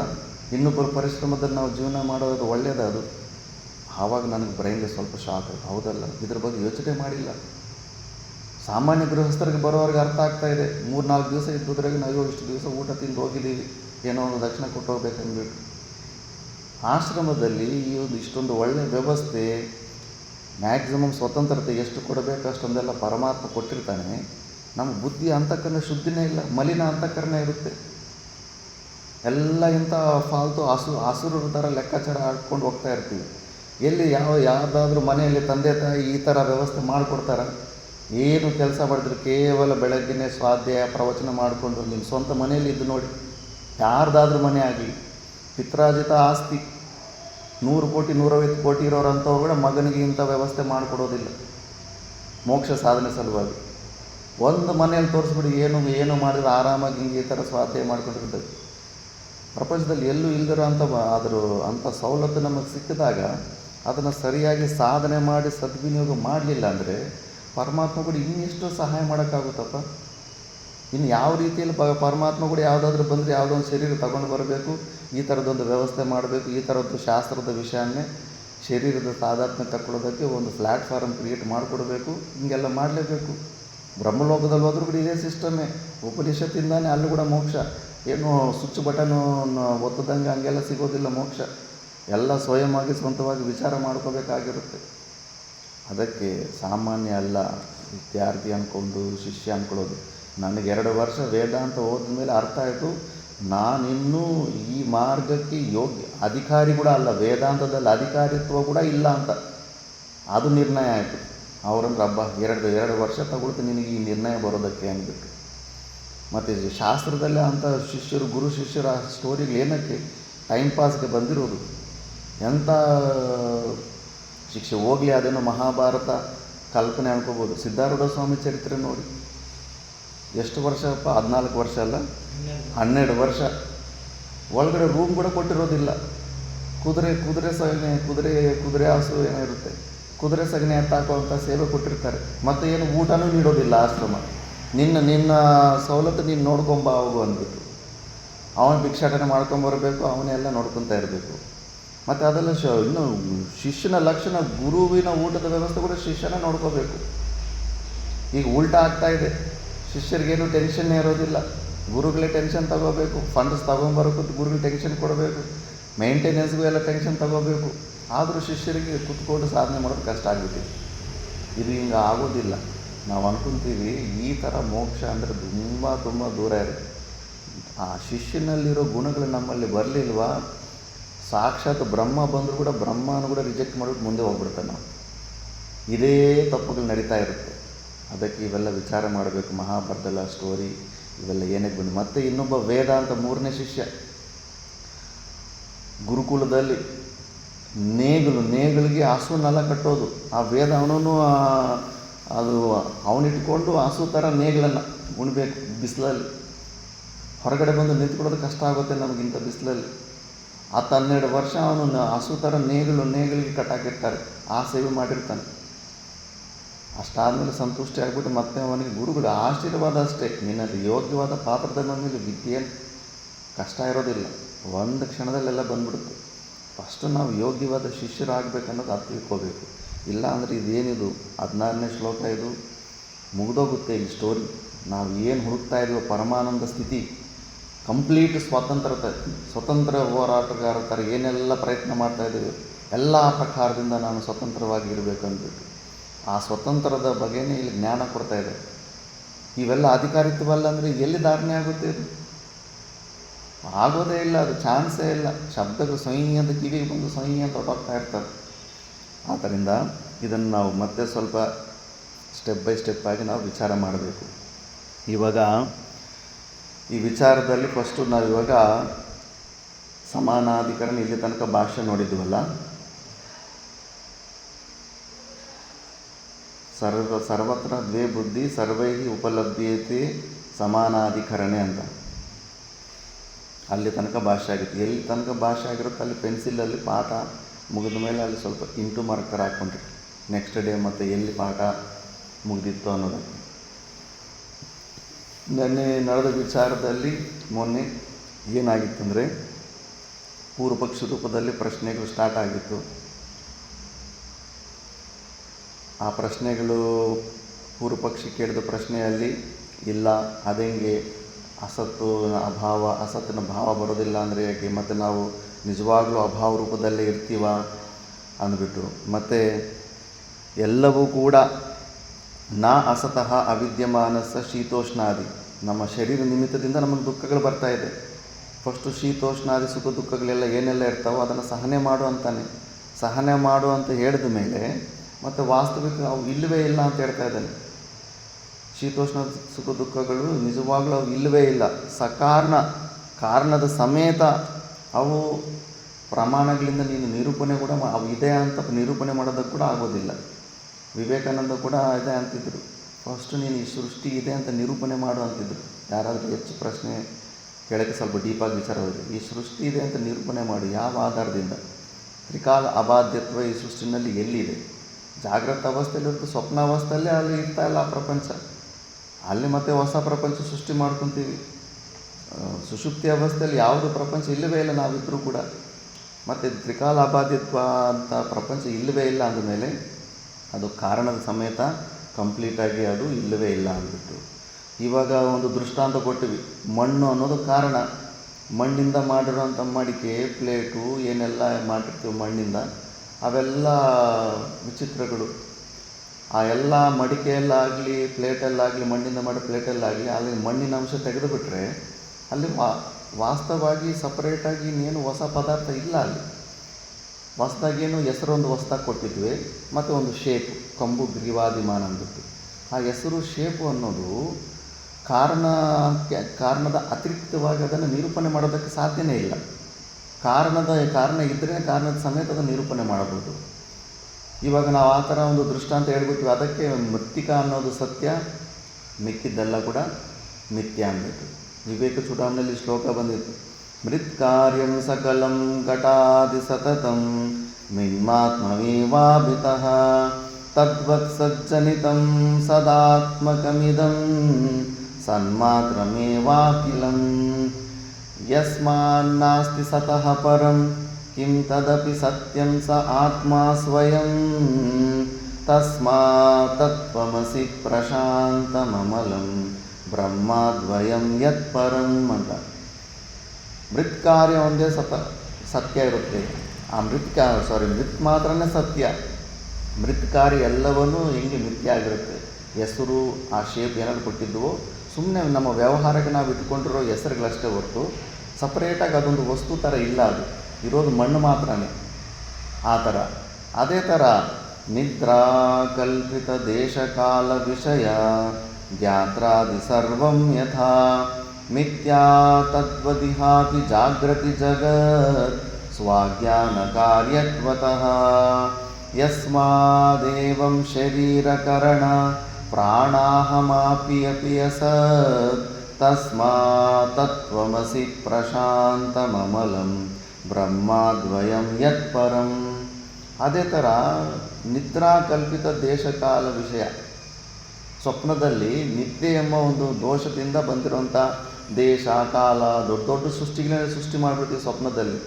ಅವೆಲ್ಲ ಕೂಡ ಯಾವ ಥರ ಮಿಥ್ಯಾನೋ ಅದೇ ಥರ ಜಾಗೃತ ಅವಸ್ಥೆಯಲ್ಲಿ ಕಾಣಿಸ್ತಾ ಇರೋ ಪ್ರಪಂಚ ಕೂಡ ಮಿಥ್ಯಾನೇ. ಮಿಥ್ಯಾ ತದ್ವದಿಹ ಜಾಗೃತಿ ಜಗತ್. ಹೇಗೆ ಯಾವ ನಿಮಿತ್ತದಿಂದ ಸ್ವ ಅಜ್ಞಾನ ಕಾರ್ಯತಃ, ನಮ್ಮ ಒಂದು ಸ್ವರೂಪದ ಅಜ್ಞಾನ ಕಾರ್ಯದಿಂದ ಅಲ್ಲಿ ನಿದ್ರಾ ದೋಷದಿಂದ ಸ್ವಪ್ನದಲ್ಲಿ ಎಲ್ಲ ಬಂತು. ಇಲ್ಲಿ ಅಜ್ಞಾನ ಅವಿದ್ಯಾ ದೋಷದಿಂದ ಈ ಪ್ರಪಂಚ ಕಾಣಿಸ್ತಾ ಇದೆ ಅಷ್ಟೇ ಹೊರತು ವಾಸ್ತವಿಕವಾಗಿ ಕಾರ್ಯರೂಪದಲ್ಲಿ ಕಾಣಿಸ್ತಾ ಇರೋ ಜಗತ್ತು ಇಲ್ಲವೇ ಇಲ್ಲ. ಕಾರಣ ರೂಪದಲ್ಲಿ ಸತ್ಯ ಏನಿದೆ ಅದೇ ವಾಸ್ತವಿಕವಾದ ಸತ್ತು ಅಂದ್ಬಿಟ್ಟು. ಮತ್ತು ಯಸ್ಮಾದೇವಂ ಇದಂ ಶರೀರ ಕಾರಣ. ಈ ಶರೀರದಲ್ಲಿ ಏನು ಶರೀರ ಸಂಘಾತ ಅಂತೆಲ್ಲ ಪಂಚಕೋಶ ವಿವೇಕ ಮಾಡಿದಾಗೆಲ್ಲ ಅನ್ನಮಯ ಕೋಶ, ಪ್ರಾಣಮಯ ಕೋಶ, ಏನು ಸೂಕ್ಷ್ಮ ಶರೀರ ಸಮೇತ ಪಂಚ ಜ್ಞಾನೇಂದ್ರಿಯಗಳು, ಪಂಚ ಕರ್ಮೇಂದ್ರಿಯಗಳು, ಪಂಚ ಪ್ರಾಣಗಳು, ಮನಸ್ಸು, ಬುದ್ಧಿ ಎಲ್ಲವೂ ಕೂಡ ಇವೆಲ್ಲ ಕೂಡ ಮಿಥ್ಯಾನೇ. ವಾಸ್ತವಿಕವಾಗಿ ಇವೆಲ್ಲ ಕಾರ್ಯನೇ. ಅವಿದ್ಯೆ ಒಂದು ಕಾರ್ಯನೇ. ಕಾರಣ ನಾವು ಸ್ವರೂಪವೇ ಆಗಿದ್ದೀವಿ. ಅವಿದ್ಯೆ ಅನ್ನೋ ಒಂದು ನಿಮಿತ್ತದಿಂದ ಇವೆಲ್ಲ ಕಾಣಿಸ್ತಾ ಇದೆ. ವಾಸ್ತವವಾಗಿ ಇವು ಇಲ್ಲವೇ ಇಲ್ಲ. ಈಗ ನಾವು ದೃಷ್ಟಾಂತನ ಅಲ್ಲಿ ಪೂರ್ವ ಪಕ್ಷಿ ಕೊಟ್ಟಿದ್ದೀವಿ. ಕಾರಣ ಸಮೇತ ಮಿಥ್ಯ ಅಂದ್ಬಿಟ್ಟು ಕಾಣಿಸ್ತಾ ಇರೋ ಜಗತ್ತು ಕಾರಣ ಸಮೇತ. ಮಡಿಕೆ ಅವೆಲ್ಲ ಅದಕ್ಕೆ ಕಾರಣ ಮಣ್ಣು. ಅಂದರೆ ಆ ಮಣ್ಣು ಸಮೇತ ಮಣ್ಣು ಕೂಡ ಅದೇ ಪ್ರಕಾರವಾಗಿ ಸತ್ಯ ಅಲ್ಲ ಅಂದ್ಬಿಟ್ಟು. ಇವಾಗ ಅದೇ ದೃಷ್ಟಾಂತನ ನಮ್ಮ ಕುತ್ತಿಗೆಗೆ ಹಗ್ಗ ಹಾಕಕ್ಕೆ ಬರ್ತಾನೆ. ಕಾರಣ ಸಮೇತ ಎಲ್ಲ ಮಿಥ್ಯ ಆಗಿಬಿಟ್ರೆ ಗನ ಮತ್ತು ನೀನು ಸಚ್ಚಿದಾನಂದ ಸ್ವರೂಪ ಅದು ಕಾರಣ. ಇದೆಲ್ಲ ಸಚ್ಚಿದಾನಂದ ಸ್ವರೂಪನ ಪರಮಾತ್ಮನ ಕಾರ್ಯರೂಪ. ಮತ್ತು ಇದು ಕಾರಣ ಸಮೇತ ಕಾರ್ಯ ಅಂದರೆ ನೀನು ಸಚ್ಚಿದಾನಂದ ಸ್ವರೂಪ ಕೂಡ ಇಲ್ಲ. ಮತ್ತು ಅವನು ಶೂನ್ಯವಾದಿಗಳ ಥರ, ಬೌದ್ಧರ ಥರ ಶೂನ್ಯ ಆಗೋದಲ್ಲ, ನೀನು ಸಚ್ಚಿದಾನಂದ ಸ್ವರೂಪ ಕೂಡ ಇಲ್ಲವಲ್ಲ ಅಂದರೆ ಸ್ವಲ್ಪ ತಡೆಯಪ್ಪ, ಅಷ್ಟು ಬೇಗನೆ ಕನ್ಕ್ಲೂಷನ್ಗೆ ಬರಬೇಡ ನೀನು. ನಾವು ಸತ್ತು ಅಸತ್ತು ಅನ್ನೋ ವಿಭಾಗ ನಿಮಗೆ ದೃಷ್ಟಾಂತದಲ್ಲಿ ಹೇಳಬೇಕಂದ್ರೆ ಆ ಥರ ಯಾವುದೋ ಒಂದು ಎಕ್ಸಾಂಪಲ್ ಹೇಳಬೇಕು. ದೃಷ್ಟಾಂತ ಒಂದೇ ಆಗಿರೋಕ್ಕಾಗೋದಿಲ್ಲ. ಚಂದ್ರಮುಖಿ ಅಂತ ಯಾವುದೋ ಒಂದು ಹೆಸರಿಟ್ಟಿರ್ತೀವಿ. ಚಂದ್ರನ ಥರ ಗೋಲಾಗಿ ಮುಖ ಇರುತ್ತೆ, ಅವನು ಚಂದ್ರಮುಖಿ ಅಂತಾರೆ. ಚಂದ್ರಮುಖಿ ಅಂದರೆ ಚಂದ್ರನ ಥರನೇ ಮುಖ ಇರುತ್ತಾ? ಇಲ್ಲ, ಅಲ್ಲಿ ಇಲ್ಲಿ ಕೆಲವೊಂದು ಸಾದೃಶ್ಯಗಳನ್ನು ಮಾತ್ರ ತಗೋಬೇಕು. ಎಕ್ಸಾಂಪಲ್ ಕೊಟ್ಟಾಗ ಚಂದ್ರನಲ್ಲಿ ಗೋಲಾಕಾರ ಸಾದೃಶ್ಯತೆ, ಇಲ್ಲಿ ಇವ್ರ ಮುಖದಲ್ಲಿ ಗೋಲಾಕಾರ ರೌಂಡ್ನೆಸ್ ಸ್ವಲ್ಪ ಮಾತ್ರನೇ ಸಾದೃಶ್ಯ ತಗೊಳಕ್ಕೆ. ಎಕ್ಸಾಂಪಲ್ಲು ಎಕ್ಸಾಕ್ಟಾಗಿ ಇಂಟೆಂಡೆಡ್ ಮೀನಿಂಗ್ ಕೊಡೋದಿಲ್ಲ ಅದು. ಅದೇ ಥರ ನಾವು ಇದು ಮಣ್ಣೊಂದು ಸುಮ್ಮನೆ ಎಕ್ಸಾಂಪಲಲ್ಲಿ ಕೊಟ್ಟಿದ್ವಿ. ಮತ್ತು ನಾವು ಸತ್ತು ಅಸತ್ತು ಅನ್ನೋ ವಿಭಾಗ ಹೊರಗಡೆ ವಸ್ತುಗಳಲ್ಲಿ ಮಾಡಲಿಲ್ಲ, ಒಳಗಡೆ ಬುದ್ಧಿಯಲ್ಲಿ ಮಾಡಿದ್ದೀವಿ ಡಿವಿಷನ್. ಇದು ತುಂಬ ಕ್ಯಾಚ್ ಮಾಡ್ಕೋಬೇಕು. ಬುದ್ಧಿಯಲ್ಲಿ ಮಾಡಿದಾಗ ಹೊರಗಡೆ ಯಾವುದು ವಸ್ತು ಅಲ್ಲ, 2 ಪ್ರಕಾರದ ಬುದ್ಧಿಗಳು ನಮ್ಮ ಬುದ್ಧಿನಲ್ಲಿ 2 ಪ್ರಕಾರ ಡಿವಿಷನ್ ಮಾಡಿದ್ದೀವಿ. ಒಂದು ಅಸತ್ತು ಬುದ್ಧಿ, ಒಂದು ಸತ್ ಬುದ್ಧಿ ಅಂದ್ಬಿಟ್ಟು. ಹೌದಾ? ಬುದ್ಧಿನಲ್ಲಿ ಅಸತ್ತು ಸತ್ ಬುದ್ಧಿ 2 ಪ್ರಕಾರ ಇದೆಯಾ? ಹೆಂಗೆ ಅಂದರೆ ಘಟಃ ಸನ್ ಅಂದರೆ ಅಸ್ತಿ ಅಂತ ಇದೆ ಅಂತ, ಮಡಿಕೆ ಇದೆ ಅಂತ. ಇದರಲ್ಲಿ ಇದೆ ಅನ್ನೋ ಒಂದು ಅಂಶ, ಸತ್ ಅನ್ನೋ ಅಂಶ, ಎಕ್ಸಿಸ್ಟೆನ್ಸ್ ಅಂಶನ ಬುದ್ಧಿ ಏನು ವಿಷಯೀಕರಣ ಮಾಡ್ತಾ ಇರುತ್ತೋ, ಆಬ್ಜೆಕ್ಟಿಫೈ ಮಾಡ್ತಾ ಇರುತ್ತೋ, ಇದು ಸದ್ಬುದ್ಧಿ. ಮತ್ತು ಘಟಃ ಪಾಟ್ ಅಂತ ಮಡಿಕೆ ಅನ್ನೋ ಹೆಸರು, ಅದು ಹೊಸ ಹೆಸರು ಕೊಟ್ಟಿದ್ದು ನಾವು. ಮತ್ತು ಶೇಪು, ಕಂಬು ಗ್ರೀವಾದಿ ಮನ್ ಶೇಪು ಹೆಸರು, ಮತ್ತು ಆ ಶೇಪನ್ನು ಒಂದು ಬುದ್ಧಿ ಅದನ್ನು ವಿಷೀಕರಣ ಮಾಡ್ತಾ ಇರುತ್ತೆ, ಆಬ್ಜೆಕ್ಟಿಫೈ ಮಾಡ್ತಾ ಇರುತ್ತೆ. ನಾವು ಯಾವುದೇ ಒಂದು ವಸ್ತು ನೋಡಿದಾಗ ಈ ಥರ 2 ಬುದ್ಧಿಗಳಿರುತ್ತೆ. ಸೂಕ್ಷ್ಮದಿಂದ ನೋಡಿದ್ರೆ ನಮ್ಗೆ ಅದು ಅರ್ಥ ಆಗುತ್ತೆ. 2 ಪ್ರಕಾರದ. ಈಗ ಮೈಕನ್ನು ನೋಡಿದ್ವಿ, ಮೈಕಲ್ಲಿ ಮೈಕ್ ಅಸ್ಥಿ, ಮೈಕಲ್ಲಿ ಅದು ಸನ್ ಅನ್ನೋದು ಬುದ್ಧಿ ಒಂದು ಅಸ್ತಿತ್ವವನ್ನು ಒಂದು ಆಬ್ಜೆಕ್ಟಿಫೈ ಮಾಡುತ್ತೆ. ಮತ್ತು ಮಿಕ್ಕಿದ ಈ ಹೆಸರು, ಮೈಕ್ ಅನ್ನೋ ಹೆಸರು ಮತ್ತು ಈ ಒಂದು ಶೇಪನ್ನು ಒಂದು ಬುದ್ಧಿ ಆಬ್ಜೆಕ್ಟಿಫೈ ಮಾಡುತ್ತೆ. ಆ ಥರ ಬುದ್ಧಿನಲ್ಲಿ 2 ಪೋರ್ಷನ್ ಇರುತ್ತೆ. ಸಾಮಾನ್ಯವಾಗಿ ನಾವು ಎಕ್ಸಾಂಪಲ್ ನೋಡ್ಕೋಬೇಕು. ಆ ಬುದ್ಧಿಯಲ್ಲಿ ನಾವು ಆ ಸಣ್ಣ ಕಾಮನ್ ಫ್ಯಾಕ್ಟರ್ಗಳನ್ನು ನೋಡೋಕ್ಕೆ ಹೋದಾಗ ನಾವು ವ್ಯಾಪಕ ಅಂತ ದೊಡ್ಡ ಸೈಜ್ ಆಗ್ತಾ ಹೋಗ್ತಾ ಇರ್ತೀವಿ. ಸ್ಪೆಷಾಲಿಟಿಗಳು ನೋಡೋಕ್ಕೆ ಹೋಗ್ತೀವ, ಭೇದ ಬುದ್ಧಿಗಳು. ನಾವು ಸ್ವಾರ್ಥಿಗಳಾಗಿ ನಾನು ಸಪ್ರೇಟು ಅವ್ನು ಸಪ್ರೇಟ್ ಅಂತ ಭೇದ ಬುದ್ಧಿಗಳು ಬಂದ್ಬಿಡುತ್ತೆ. ಈಗ ನಾವು ಯಾವುದೋ ಒಂದು ಗಲಭೆ ನಡೆಯುತ್ತೆ, ನಮ್ಮ ಮತ ಬೇರೆಯವ್ರ ಮತಕ್ಕೆ ಗಲಾಟೆಗಳು ನಡೀತಾ ಇರುತ್ತೆ. ಆವಾಗೆಲ್ಲ ನಮ್ಮ ಮತದವರೆಲ್ಲ ಒಂದೇ ಸತಿ ಇವರು ನಮ್ಮವರು ಅನ್ನೋದು ಭಾವನೆ, ಒಂದು 100 ಕೋಟಿ ಜನ ಏನಿದೆ ಅವೆಲ್ಲ ಅಷ್ಟು ವ್ಯಾಪಕ ಆಗಿಬಿಡುತ್ತೆ ಅಂತ ಕಾರಣ. ಯಾಕಂದರೆ ಕಾಮನ್ ಫ್ಯಾಕ್ಟ್ರಲ್ಲಿ ನಾವೆಲ್ಲ ಒಂದೇ ಅನ್ನೋದು. ಅದೇ ಥರ ನಾವು ಭಾರತೀಯರು ಅನ್ನೋ ಒಂದು ಕಾಮನ್ ಫ್ಯಾಕ್ಟ್ರಿಂದ ನಾವು ನೋಡೋಕ್ಕೆ ಹೋದಾಗ ಇನ್ನೂ ವ್ಯಾಪಕ, 140 ಕೋಟಿ 150 ಕೋಟಿ ಅಷ್ಟು ಜನ, ಅಷ್ಟು ವ್ಯಾಪಕವಾಗಿಬಿಡುತ್ತೆ. ನಾವು ಮನುಷ್ಯತ್ವ ಅನ್ನೋ ಒಂದು ಕಾಮನ್ ಫ್ಯಾಕ್ಟರ್ ನೋಡಿದ್ರೆ ಇನ್ನೂ ಪ್ರಪಂಚದಲ್ಲಿರೋರೆಲ್ಲರೂ ಪ್ರಪಂಚದಲ್ಲೆಲ್ಲ ವ್ಯಾಪಕ ಆಗಿಬಿಡುತ್ತೆ. ಅದೇ ಥರ ಆ ಕಾಮನ್ ಫ್ಯಾಕ್ಟರನ್ನು ಬುದ್ಧಿಯಿಂದ ನಾವು ನೋಡೋ ಅಭ್ಯಾಸ ಮಾಡಿಕೊಂಡ್ರೆ ಭೇದ ಬುದ್ಧಿಗೆ ಹೊರಟೋಗ್ಬಿಡ್ತಾರೆ. ಎಷ್ಟು ಸ್ಪೆಷಾಲಿಟಿಗೆ ತಗೊಳ್ತೀವಿ.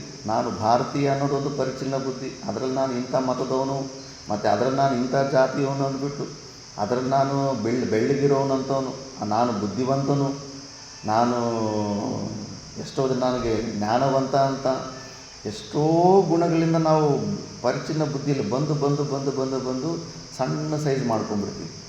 ವ್ಯಾಪಕವಾದಂಥ ನಮ್ಮ ಸಚ್ಚಿದಾನಂದ ಸ್ವರೂಪ ತತ್ವವನ್ನು ಬೇರೆ ಬುದ್ಧಿಗಳಿಂದ, ಲಿಮಿಟೇಷನ್ಸಿಂದ, ಆ ವಿಶೇಷಣಗಳಿಂದ, ಬುದ್ಧಿಯಿಂದ ಅವುಗಳನ್ನು ನೋಡೋ ಅಭ್ಯಾಸ ಮಾಡ್ಕೊಂಡ್ಬಿಟ್ಟಿದ್ದೀವಿ. ಎಂಥ ದುಷ್ಟ ಅಭ್ಯಾಸ ಆಗಿಬಿಟ್ಟಿದೆ ಅಂದರೆ ತುಂಬ ಕಷ್ಟ ಆಗುತ್ತೆ ಇವಾಗ. ಎಲ್ಲರ ಮನುಷ್ಯನಲ್ಲೇ ಆ ಸಾಮಾನ್ಯ ತತ್ವನ ನೋಡೋದು.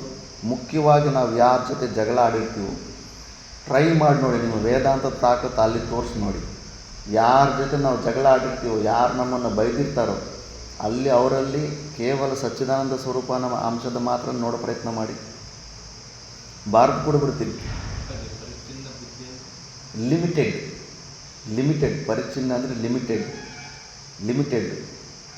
ಯಾರ್ಯಾರು ನಮಗೆ ಬೈದಿರ್ತಾರೋ, ಯಾರಿಂದ ನಮಗೆ ವಿವಾದಗಳು ಬಂದಿರ್ತಾವೋ ಅವರನ್ನು ಕೇವಲ ಮನಸ್ಸಿನಲ್ಲಿ, ಅವರಲ್ಲಿ ಕೇವಲ ಸಚ್ಚಿದಾನಂದ ಸ್ವರೂಪನ ನೋಡಿ, ಅವ್ರ ಮೇಲೆ ಯಾವುದೇ ಪ್ರಕಾರದಂಥ ಕೋಪದ ವೃತ್ತಿ ಬರೆದಿರೋ ಅಭ್ಯಾಸ ಮಾಡಿ ನೋಡಿ, ಎಷ್ಟು ಕಷ್ಟ ಅನಿಸುತ್ತೆ. ಮತ್ತು ಇಷ್ಟೊಂದು ಸಮಸ್ಯೆಗಳು ಇಟ್ಕೊಂಡು ಒಂದೇ ಸತಿ ಜೀವನ್ಮುಕ್ತರು ಅಂದ್ಕೊಂಡ್ಬಿಡೋದು, ಒಂದೇ ಸತಿ ಅಷ್ಟು ಈಸಿಯಾಗಿ ಮೋಕ್ಷ ಸಿಕ್ಬಿಡುತ್ತೆ ಅಂದ್ಕೊಂಡ್ರೆ ಚಾನ್ಸೇ ಇಲ್ಲ. ಒಳಗಡೆ ಬುದ್ಧಿ ರಿಪೇರಿ ಎಲ್ಲಿ ಮಾಡ್ಕೋಬೇಕಂದ್ರೆ ಬುದ್ಧಿಯಲ್ಲೇ ರಿಪೇರಿ ಮಾಡ್ಕೋಬೇಕು. ಎಂಥ ಸಹನ ಶಕ್ತಿ. ಆ ಉಪಮನ್ಯದ ಸ್ಟೋರಿ ನೋಡಿ, ಆ ಬಾವಿಯಲ್ಲಿ ಬಿದ್ದು ಎಷ್ಟೊಂದು ಸಹನೆ ಮಾಡಿ ಒಂದು ವೃತ್ತಿ ಗುರುಗಳ ಮೇಲೆ. ಏನು ನಮ್ಮ ಈ ಗುರುಗಳು ಇಷ್ಟೊಂದು ಸ್ವಾರ್ಥಿಗಳಾಗಿದ್ದಾರೆ. ಈಗಿರೋ ಶಿಷ್ಯರ ಕಥೆನೇ ಬೇರು. ಯಾರಾದ್ರು ಗುರುಗಳ ಹತ್ರ ಬಂದು ತಿನ್ನೋ ತಿಂಡಿ ಕೊಟ್ಟೋಗಿದ್ರೆ ಆ ತಿಂಡಿ ನಮ್ಗೆ ಇನ್ನೂ ಕೊಟ್ಟಿಲ್ವಲ್ಲ, ಒಬ್ಬನೇ ತಿಂದುಬಿಟ್ನಾ ಅಂತ ಇಷ್ಟು ವಿಕಾರವಾಗಿ ನಾನು ಚಿನ್ಮಯಾನಂದ ಮಹಾರಾಜರದ್ದು ಹೇಳಿದ್ನಲ್ಲ, ಆ ಥರ ಬುದ್ಧಿಗಳಿರುತ್ತೆ. ಅಂಥದ್ರಲ್ಲಿ ಉಪಮನ್ಯುಗೆ ಒಂದು ವೃತ್ತಿ ಬರಲಿಲ್ಲ, ಗುರುಗಳ ಮೇಲೆ ಅಶ್ರದ್ಧೆ ಆದಂಥ ವೃತ್ತಿ ಅವ್ರು ಮಾಡೋದ್ರಿಂದ. ಅಂಥ ಶ್ರದ್ಧೆಯಿಂದನೇ ಇದು ಸಾಧ್ಯ ಆಗಿರೋದು, ಸುಮ್ಮನೆ ಸಿಗೋದಿಲ್ಲ. ಅಲ್ಲಿ ದೋಷಗಳು ನೋಡೋಕ್ಕೆ ಹೋದ್ರೆಗನ ಆ ಗುರುಗಳನ್ನು ಏನಂತಿದ್ರಪ್ಪ, ಅವನಷ್ಟು ವರ್ಸ್ಟ್ ಗುರು ಈ ಪ್ರಪಂಚದಲ್ಲಿ ಇಲ್ಲವೇ ಇಲ್ಲ ಅಂತ ಪ್ರಚಾರ ಮಾಡ್ಕೊತಾ ಇದ್ರು. ಈಗ ಏನಾದರೂ ಅಂಥ ಗುರು ಇದ್ದಿದ್ದರೆ ಎಂಥ ಲೋಭಿ ಅವನು, ಊಟ ನೀಡೋದಿಲ್ಲ ಆಶ್ರಮದಲ್ಲಿ, ಹೊರಗಡೆಯಿಂದ ನಾವು ಭಿಕ್ಷೆ ಮಾಡ್ಕೊಂಬಂದು ಅನ್ನವನ್ನು ಅವನೇ ಪೂರ್ತಿ ತಿಂದುಬಿಡ್ತಾನೆ, ಒಂದು ಚೂರು ನಮಗೆ ಕೊಡೋದಿಲ್ಲ. ಇವನಂತ ಇನ್ನೂ ಕೆಟ್ಟ ಕೆಟ್ಟ ಮಾತುಗೆಲ್ಲ ಬೈದು ಎಲ್ಲ ಪ್ರಚಾರ ಮಾಡ್ಕೊತ ಹೋಗ್ತಾರೆ. ಈಗಿನ ಕಾಲದಲ್ಲಿ ಅಂಥ ಗುರುಗಳೇನಾದರೂ ಆ ಥರ ಪರೀಕ್ಷೆ ಕೊಟ್ಟು. ಆದರೆ ಉಪಮನ್ಯು ಹೆಂಗಿದ್ದ, ಗುರುಗಳಿಗೆ ನಿಯಮ ಇರೋದಿಲ್ಲ, ಗುರುಗಳು ಏನು ಬೇಕಾದರೂ ಮಾಡ್ತಾರೆ. ಶಿಷ್ಯನಿಗೆ ನಿಯಮಗಳು. ಶಿಷ್ಯ ಅನ್ನೋ ಶಬ್ದದಲ್ಲಿ one who can be controlled ಅಂತ. ಅನುಶಾಸನಕ್ಕೆ ಅವನು ಸ್ವಯಂ ಆಗಿ ರೆಡಿಯಾಗಿರಬೇಕು. ಯಾವುದೇ ಪ್ರಕಾರದ ಆರ್ಡ್ರ್ ಬಂದರೆ ಆ ಆರ್ಡ್ರನ್ನು ಫಾಲೋ ಮಾಡಬೇಕಂತ. ಎಷ್ಟೋ ಪ್ರಕಾರದ ಎಲ್ಲ ಪ್ರಕಾರದಲ್ಲಿ ರಿಸೀವ್ ಮಾಡ್ಕೊತಾ ಇರಬೇಕು ಅವನು. ಪ್ರತಿ ದಿವಸ ಕರೆಕ್ಷನ್ ಇರುತ್ತೆ, ಪ್ರತಿ ದಿವಸ ಆರ್ಡ್ರ್ ತಗೋಬೇಕು, ಡ್ಯೂಟಿ ಓರಿಯೆಂಟೆಡ್ ಆಗಿ ನಿಷ್ಕಾಮ ಸೇವೆ ಮಾಡ್ತಾ ಇರಬೇಕು. ಯೋಚನೆ ಮಾಡಿ, ಮಹಾಭಾರತದ್ದೇ ನಂದೊಂದು ಕುಕ್ಕುಳ ಸ್ಟೋರಿ ಅಲ್ಲ, ವ್ಯಾಸ ಭಗವಾನರು ಬರೆದಿರೋಂಥ ಸ್ಟೋರಿ. ಆ ಸ್ಟೋರಿಯಿಂದ ಏನು, ಯಾಕೆ ಆ ಸ್ಟೋರಿಗಳು ಹೇಳ್ತಾಯಿದ್ರೆ, ಆ ಸ್ಟೋರಿಯಿಂದ ನಮಗೆ ಏನು, ನೀವು ಹಿಂಗೆ ಆಗಬೇಕಂತ ಏನು ತಿಳಿಸ್ಕೊಡ್ತಾ ಇದ್ದಾರೆ ಅಂದ್ಬಿಟ್ಟು ಅವೆಲ್ಲ ನಾವು ವಿಚಾರ ಮಾಡಬೇಕು. ಮತ್ತು ಅಷ್ಟೊಂದು ಸಹನ ಶಕ್ತಿ ಎಲ್ಲಿಂದ ಬರುತ್ತೆ? ಅಟ್ಲೀಸ್ಟ್ ಸ್ಟಾರ್ಟಿಂಗಲ್ಲಿ ಏನೋ ಸ್ವಲ್ಪ ಸ್ವರೂಪದ ಜ್ಞಾನ, ಪದಾರ್ಥ ಅಭ್ಯಾಸ ಮಾಡೋಕೆ ಆ ಇಚ್ಛೆ ಬಂದಿದ್ದಕ್ಕೆಲ್ಲ ಗುರುಕುಲಕ್ಕೆ ಬಂದಿರೋದು ಗುರುಗಳ ಹತ್ರ. ಅವೆಲ್ಲ ಆ ಥರ ಆ ಸಾಮರ್ಥ್ಯ ಬರುತ್ತೆ. ಈ ಥರ ಎಲ್ಲಿದ್ದು ನಾವು ವಿಚಾರ ಸ್ವಲ್ಪ ಡೈವರ್ಟ್ ಆಯ್ತು ಅನ್ಸುತ್ತೆ.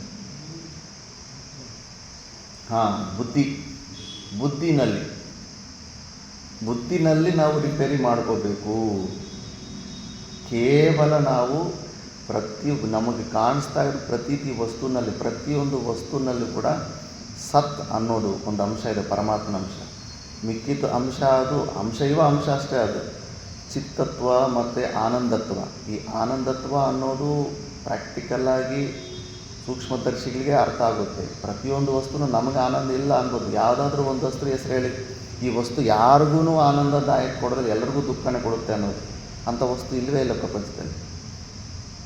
ನಮಗೆ ನಮ್ಮ ಮಲಮೂತ್ರಗಳು ತುಂಬ ಅನ್ಸುತ್ತೆ, ಅದರಿಂದ ನಮಗೇನು ಆನಂದ ಇಲ್ಲ ಅನಿಸುತ್ತೆ. ಅದು ಯಾವುದೋ ಜೀವಿಗೆ ಪರಮಾನಂದ. ಹಂದಿಗೆ ಆ ಉಂಡೆ ತಿನ್ನುವಂಥದ್ದಕ್ಕೆ ಅದಕ್ಕೆ ಮಹಾ ಆನಂದ ಸ್ವರೂಪ. ಅದು ಪ್ರತಿಯೊಂದು ವಸ್ತುವಲ್ಲೂ ಆ ಆನಂದತ್ವ ಕೂಡ ವ್ಯಕ್ತ ಇರುತ್ತೆ. ನಮ್ಮ ಸ್ವರೂಪದಲ್ಲಿ ಕೂಡ ಪ್ರತಿ ದಿವಸ ನಾವು ಸುಷುಪ್ತಿನಲ್ಲಿ ಆನಂದತ್ವವನ್ನು ನಾವು ಹೊಂದುತ್ತಾ ಇದ್ದೀವಿ. ಪ್ರತಿಯೊಂದು ವಸ್ತುವಲ್ಲೂ ಆನಂದತ್ವ ಇದೆ. ಮತ್ತು ಚಿತ್ತತ್ವ, ನಾವು ಇದ್ದೀವಿ ಅನ್ನೋ ಜ್ಞಾನ ನಮಗಿದೆಯೇ ಇಲ್ವ? ಅಯ್ಯೋ ನಾನು ಇದ್ದೀನಿ, ನನಗೆ ಗೊತ್ತಾಗ್ತಾ ಇಲ್ಲ ನಾನು ಇದೀನೋ ಇಲ್ಲ ಅಂತ ಆ ಥರ ಏನಾದರೂ ಅನಿಸ್ತಾ ಇದೆ. ನಾವು ಸತ್ಸ್ವರೂಪ ಅಂತ ಗೊತ್ತು, ನಾವು ಇದ್ದೀವಿ ಅನ್ನೋ ಜ್ಞಾನ, ಕಾನ್ಷಿಯಸ್ನೆಸ್ಸು ಇದೆ. ಮತ್ತು ಸುಷುಪ್ತಿ ಅವಸ್ಥೆಯಲ್ಲಿ ಈ ಶರೀರಗಳ ಜೊತೆ ಸಂಬಂಧ ಇಟ್ಟಾಗ ನಾವು ಆನಂದ ಸ್ವರೂಪಗಳಂತ ದುಃಖ ಎಲ್ಲ ಟಚ್ ಮಾಡೋಕ್ಕಾಗೋದಿಲ್ಲ. ಶರೀರದ ಜೊತೆ ನೀನು ಏನಕ್ಕೇನೋ ಪ್ರಕಾರನ ಡಿಸ್ಕನೆಕ್ಟ್ ಮಾಡ್ಕೊಂಬಿಡು. ಪ್ರಾಣಾಯಾಮ ಮಾಡಿಬಿಡು, ಅದಕ್ಕೆ ಮನಸ್ಸನ್ನು ಲಯ ಮಾಡ್ಕೊಂಡ್ಬಿಡ್ತಾರೆ ಪ್ರಾಣಾಯಾಮಗಳು ಮಾಡಿ. ಆವಾಗ ಕೂಡ ಅವರು ಕೂಡ ಶರೀರದ ಮತ್ತು ಅವರು ಶರೀರದ ಸಮಾಧಿ ಸ್ಥಿತಿಯಲ್ಲಿ ಕೂತಿದ್ರೆ, ಶಬರಿ ಮಾತಾ ಅವರಿಗೆ 7 ವರ್ಷ ಕೂತಿದ್ರು, ಚದುರು ತಿಂದುಬಿಟ್ಟಿತ್ತು, ಮೂಳೆ ಕಾಣಿಸೋ ಥರ. ಅವೆಲ್ಲ ದುಃಖ ಕೊಡೋದಕ್ಕಾಗೋದೇ ಇಲ್ಲ. ಆದ್ದರಿಂದ ನಾವು ಈ ಸಚ್ಚಿದಾನಂದ ಸ್ವರೂಪ ಅನ್ನೋದನ್ನು ನಾವು ಸರಿ, ನಿನಗೆ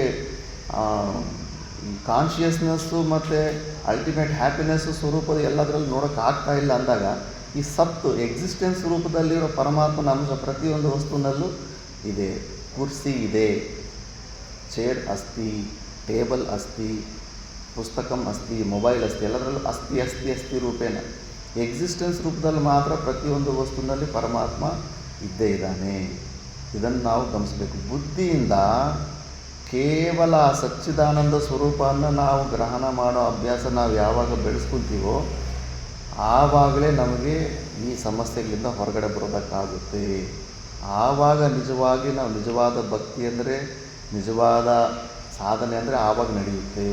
ಮುಖ್ಯವಾಗಿ ಇಲ್ಲೇ ವಿಚಾರ ಮಾಡಬೇಕು.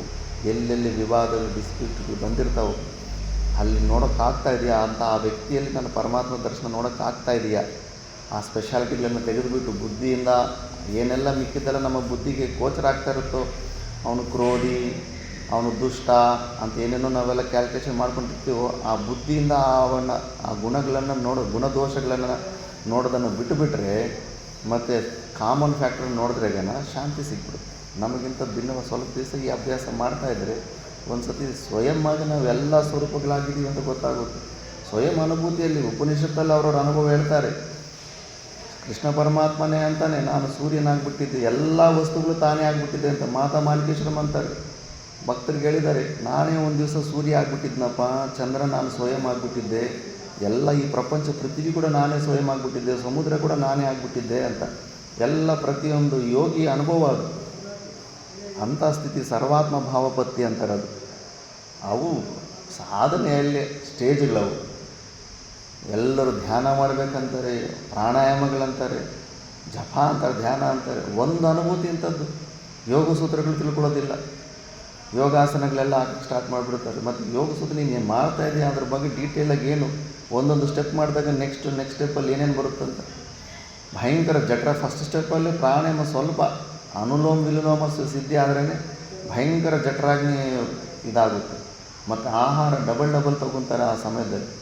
ಅಂತ ಪ್ರತಿಯೊಂದೊಂದು ಸ್ಟೆಪ್ಪಿಗೂ ಒಂದೊಂದು ಅನುಭೂತಿಗೆ ರಿಸಲ್ಟ್ಸ್ ಏನೇನು ಅಂದ್ಬಿಟ್ಟು ಸಂವಿಜ್ಞ ಸಮಾಧಿ ಅಂತ, ಅದು ಸವಿಕಲ್ಪ ಸಮಾಧಿ, ನಿರ್ವಿಕಲ್ಪ ಸಮಾಧಿ. ಸವಿಕಲ್ಪ ಸಮಾಧಿಯಲ್ಲಿ ಏನೆಲ್ಲ ಅನುಭೂತಿಗಳಾಗ್ತವೆ ಅವೆಲ್ಲ ಟೆಸ್ಟಿಂಗ್ ಪ್ಯಾರಾಮೀಟರ್ಸ್ ನೋಡಿಕೊಂಡು ಸಾಧನೆ ಮಾಡ್ತಾ ಇರಬೇಕು. ಈ ಥರ ಮಾಡಿದ್ರೆ ಏನಾದರೂ ಸ್ವಲ್ಪ ಇದಿರುತ್ತೆ. ಮುಖ್ಯವಾಗಿ ವಸ್ತು, ನಾವು ಹೊಂದಬೇಕಾದಂಥ ವಸ್ತು ಅದು ಏನು, ಪರಮಾತ್ಮನ ಹೊಂದಬೇಕು, ಪರಮಾತ್ಮನ ಧ್ಯಾನ ಮಾಡಬೇಕಂತ. ಆ ಪರಮಾತ್ಮನ ಎಕ್ಸಾಕ್ಟ್ ಸ್ವರೂಪ ಏನು ಕರೆಕ್ಟಾಗಿ ತಿಳ್ಕೊಂಡು ಅದನ್ನು ಹೊಂದೋ ವಿಧಾನ ಏನು ಶಾಸ್ತ್ರ ಹೇಳ್ತದೆ. ಆಲ್ರೆಡಿ ನೀನು ಹೊಂದೇ ಇದ್ದೀವಿ ಅಂತ, ನಿನ್ನ ಹತ್ರ ಆಲ್ರೆಡಿ ಇದೆ ಅಂತಾರೆ. ಮತ್ತು ಏನಿದು, ಮತ್ತು ನಾನು ಎಲ್ಲ ನನ್ನ ಹತ್ರ ಇದ್ದರೆ ಯಾಕೆ ಅದನ್ನು ನಾನು ಅನುಭೂತಿ ತರೋಕ್ಕಾಗ್ತಾಯಿಲ್ಲ, ಸಮಸ್ಯೆ ಎಲ್ಲಿದೆ? ಎಲ್ಲ ಇಂಟರ್ನಲ್ ರಿಪೇರಿನೇ. ಮುಖ್ಯವಾಗಿ ಬುದ್ಧಿ ರೂಪದಲ್ಲಿ ಏನಿದೆಯೋ, ಯುದ್ಧ ಮಾಡಿದ್ರೆ ನಿಜವಾದ ವೀರನಾದರೆ ಅಲ್ಲೇ ಯುದ್ಧ ಮಾಡಬೇಕು. ಆ ಬುದ್ಧಿಗಳ ಬಗ್ಗೆನೇ ಈಗ ಡೀಟೇಲಾಗಿ ಕೊಡ್ತಾ ಇದ್ದಾರೆ. 2 ಪ್ರಕಾರದ ಬುದ್ಧಿ ಇರುತ್ತೆ.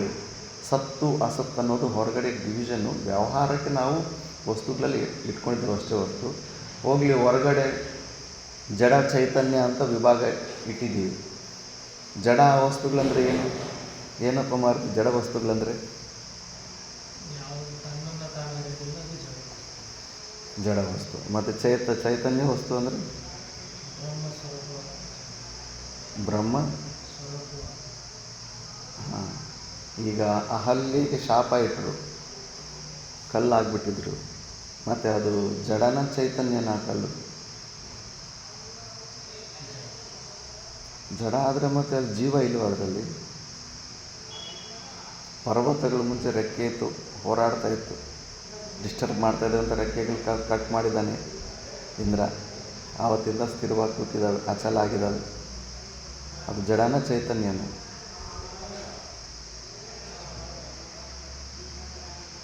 ಎಲ್ಲದರಲ್ಲೂ ಇದೆ ಅಂತಃಕರಣ. ಕೇವಲ ಜಡ ಅಂತಃಕರಣ, ಸೂಕ್ಷ್ಮ ಅಂತಃಕರಣ ಅಂತಷ್ಟೇ. ಜಡ ಚೈತನ್ಯ ವಿಭಾಗ ಕೂಡ ಚಲನಾತ್ಮಕ, ಅಚಲನಾತ್ಮಕ, ಕ್ರಿಯಾಶೀಲತೆ, ಅಕ್ರಿಯಾಶೀಲತೆ ಅಷ್ಟೇ. ಆ್ಯಕ್ಟಿವಿಟಿ, ಇನ್ಯಾಕ್ಟಿವಿಟಿ ಈ ಒಂದು ಬೇಸಿಸ್ ಮೇಲೇ ಮಾಡಿರೋದು ವಾಸ್ತವವಾಗಿ. ಮತ್ತು ಜಡ ವಸ್ತುವಿಗೆ ಚೈತನ್ಯ ಇಲ್ಲದ್ರೆ ಅದು ನಿಲ್ಲೋ ಆಧಾರ ಹಿಂಗೆ. ಈಗ ಹಗ್ಗದ ಮೇಲೆ ಹಾವು ಕಾಣಿಸ್ತಾ ಇದೆ, ಹಾವು ಅನ್ನೋದು ಜಡ ಅಂತೀವಿ ನಾವು. ಆ ಹಾವುಗೆ ಕೆಳಗಡೆ ಚೈತನ್ಯ ಹಗ್ಗ ಇಲ್ಲ ಅಂದರೆ ಅದು ಕಾಣಿಸೋದಕ್ಕೆ ಆಸ್ಕರ ಆದರೂ ಇರುತ್ತಾ? ಚಾನ್ಸೇ ಇಲ್ಲ. ಜಡ ವಸ್ತುವಿಗೆ ಚೈತನ್ಯದ ಆಧಾರ ಇಲ್ಲ ಅಂದರೆ ಅದು ಪ್ರತೀತಿ ಆಗೋದಕ್ಕೆ ಚಾನ್ಸೇ ಇಲ್ಲ. ಮರುಭೂಮಿನೇ ಇಲ್ಲ, ಸೂರ್ಯಕಿರಣಗಳೇ ಅಂದರೆ ಮರುಭೂಮಿಯಲ್ಲಿ ಮರುಮರೀಚಿಗೆ ನೀರು ಕಾಣಿಸೋದಕ್ಕೆ ಚಾನ್ಸ್ ಇರುತ್ತಾ? ಚಾನ್ಸೇ ಇಲ್ಲ. ಜಡ ವಸ್ತುಗಳಿಗೆ ಅಧಿಷ್ಠಾನಕ್ಕಿಂತ ಅತಿರಿಕ್ತವಾಗಿ ಅವು ಕಾಣಿಸ್ಕೊಳ್ಳೋಕ್ಕೆ ಸಾಮರ್ಥ್ಯನೇ ಇರೋದಿಲ್ಲ. ಪ್ರತಿಯೊಂದು ಅದಕ್ಕೆ ಮತ್ತು ಸರ್ವವ್ಯಾಪಕ. ಮತ್ತು ಜಡ ವಸ್ತುವಿನಲ್ಲಿ ಚೈತನ್ಯ ಇಲ್ಲ ಅಂದ್ರೆಗೇ ಮತ್ತು ಪರಮಾತ್ಮ ಸರ್ವವ್ಯಾಪಕ ಅನ್ನೋ ಮಾತು ಸುಳ್ಳಾಗ್ಬಿಡುತ್ತೆ. ಕಲ್ಲಲ್ಲಿ ಪರಮಾತ್ಮ ಇಲ್ಲ ಅಂದರೆ, ಮತ್ತು ಕಲ್ಲಲ್ಲೂ ಕೂಡ ಪರಮಾತ್ಮ ಇದ್ದಾನಂದ್ರೆಗೇ ಅದು ಜಡ ಹೆಂಗಾಗುತ್ತೆ?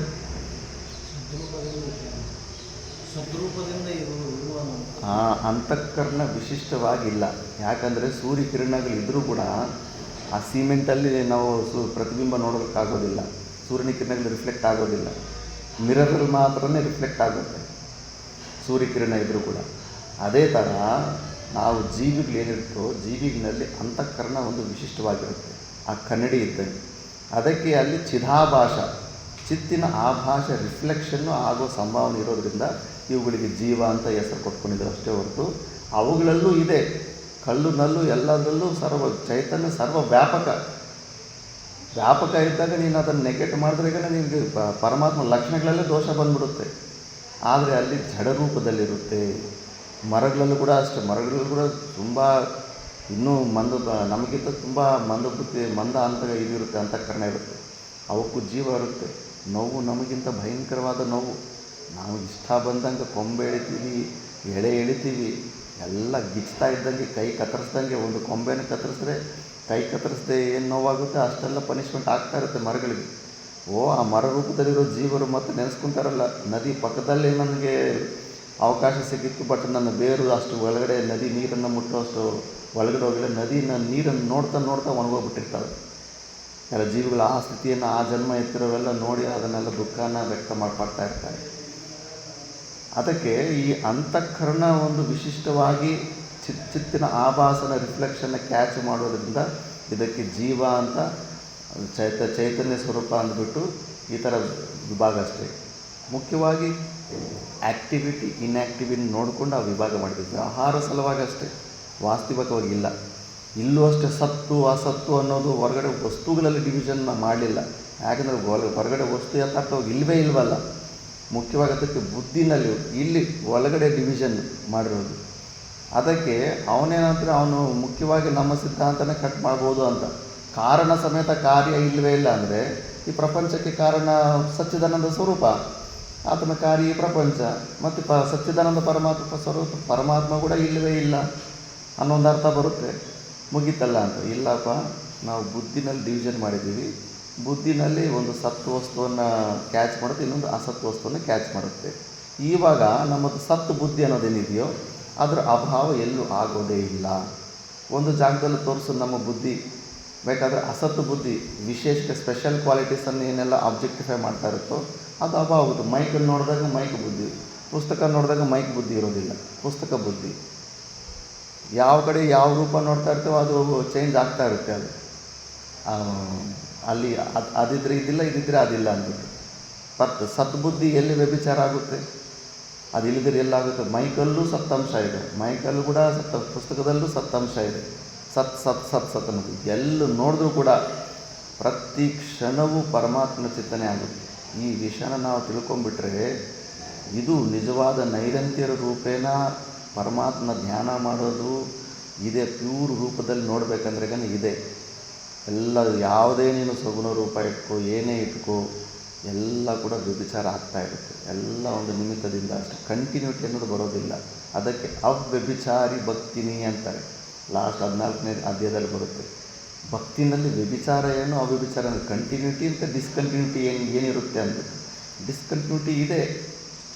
ನಿನ್ನ ಬುದ್ಧಿಯಿಂದ ನೀನೆಲ್ಲ ಕ್ವಾಲಿಟೀಸು, ಹೆಸರುಗಳು, ರೂಪಗಳು ಅವೆಲ್ಲ ನೀನು ಅದನ್ನೇ ನೋಡಿ ಅಭ್ಯಾಸ ಮಾಡಿಕೊಂಡ್ರೆ ಅದು ಕಂಟಿನ್ಯೂಸ್ ಆಗಿರೋದಕ್ಕೆ ಚಾನ್ಸೇ ಇಲ್ಲ. ನೀನು ಎಷ್ಟು ದೊಡ್ಡ ಉಪಾಸಕರು, ನನ್ನ ಮುಖ ನೋಡಿದಾಗ ನನ್ನ ಮುಖ ನಿನಗೆ ಜ್ಞಾನ ಆಗೇ ಆಗುತ್ತೆ. ನಿರ್ದಿಷ್ಟ ಇಂದ್ರಿಯಗಳಿಂದ ನೋಡಿಬಿಟ್ರೆ ನೀನು ಜ್ಞಾನ ಆಗೇ ಆಗುತ್ತೆ ನನ್ನ ರೂಪದ ಬಗ್ಗೆ. ಎಷ್ಟು ಒಂದು ಸೆಕೆಂಡ್ ನನ್ನ ರೂಪದ ಬಗ್ಗೆ ನಿನಗೆ ಜ್ಞಾನ ಇದೆ. ಆ ಸೆಕೆಂಡಲ್ಲಿ ನೀನು ಸ್ವರೂಪ ಚಿಂತನೆ ಏನು ಮಾಡ್ತಾ ಇರೋದು ಬ್ರೇಕ್ ಬಿತ್ತು, ಅಲ್ಲಿ ವ್ಯಭಿಚಾರ ಆಗೇ ಆಯಿತು ಅದು. ಅದಕ್ಕೆ ಉಪಾಸನೆ ಕೂಡ ತಿಳ್ಕೋಬೇಕು ಯಾವುದು ಅಂತ. ಅಹಂಗ್ರಿಯ ಉಪಾಸನೆ ಬಿಟ್ಟರೆ ಶ್ರೇಷ್ಠವಾದಕ್ಕಿದ್ದು ಉಪಾಸನೆ ಎಲ್ಲ ಗೌಣ ಉಪಾಸನೆಗಳೇ ಅವೆಲ್ಲ ಅಂದ್ಬಿಟ್ಟು. ಉಪಾಸನೆಯಲ್ಲೂ ಕೂಡ ಅಟ್ಲೀಸ್ಟ್ ಈ ದ್ವೈತ ಸಾಂಪ್ರದಾಯದಲ್ಲಿರೋರು ಅಟ್ಲೀಸ್ಟ್ ಅವ್ರಿಗೆ ಈ ಜ್ಞಾನ ಇಲ್ಲ ಅಂದರೂ ಪರ್ಫೆಕ್ಟಾಗಿ ಮಾಡ್ತಾರೆ ಅವರು. ಯಾವುದಾದ್ರೂ ವಿಗ್ರಹ ಮೂರ್ತಿ ಇದ್ರೆಗೇನ ಸಾಕ್ಷಾತ್ ಅಲ್ಲಿ ಪರಮಾತ್ಮನೇ ಇದ್ದಾನೆ ಅನ್ನೋ ಒಂದು ಭಾವನೆ ಇಟ್ಟು ಮಾಡ್ತಾರೆ. ಆ ಥರ ನಾವು ಮಾಡ್ತಿದ್ದೇವೆ ನೋಡಬೇಕು.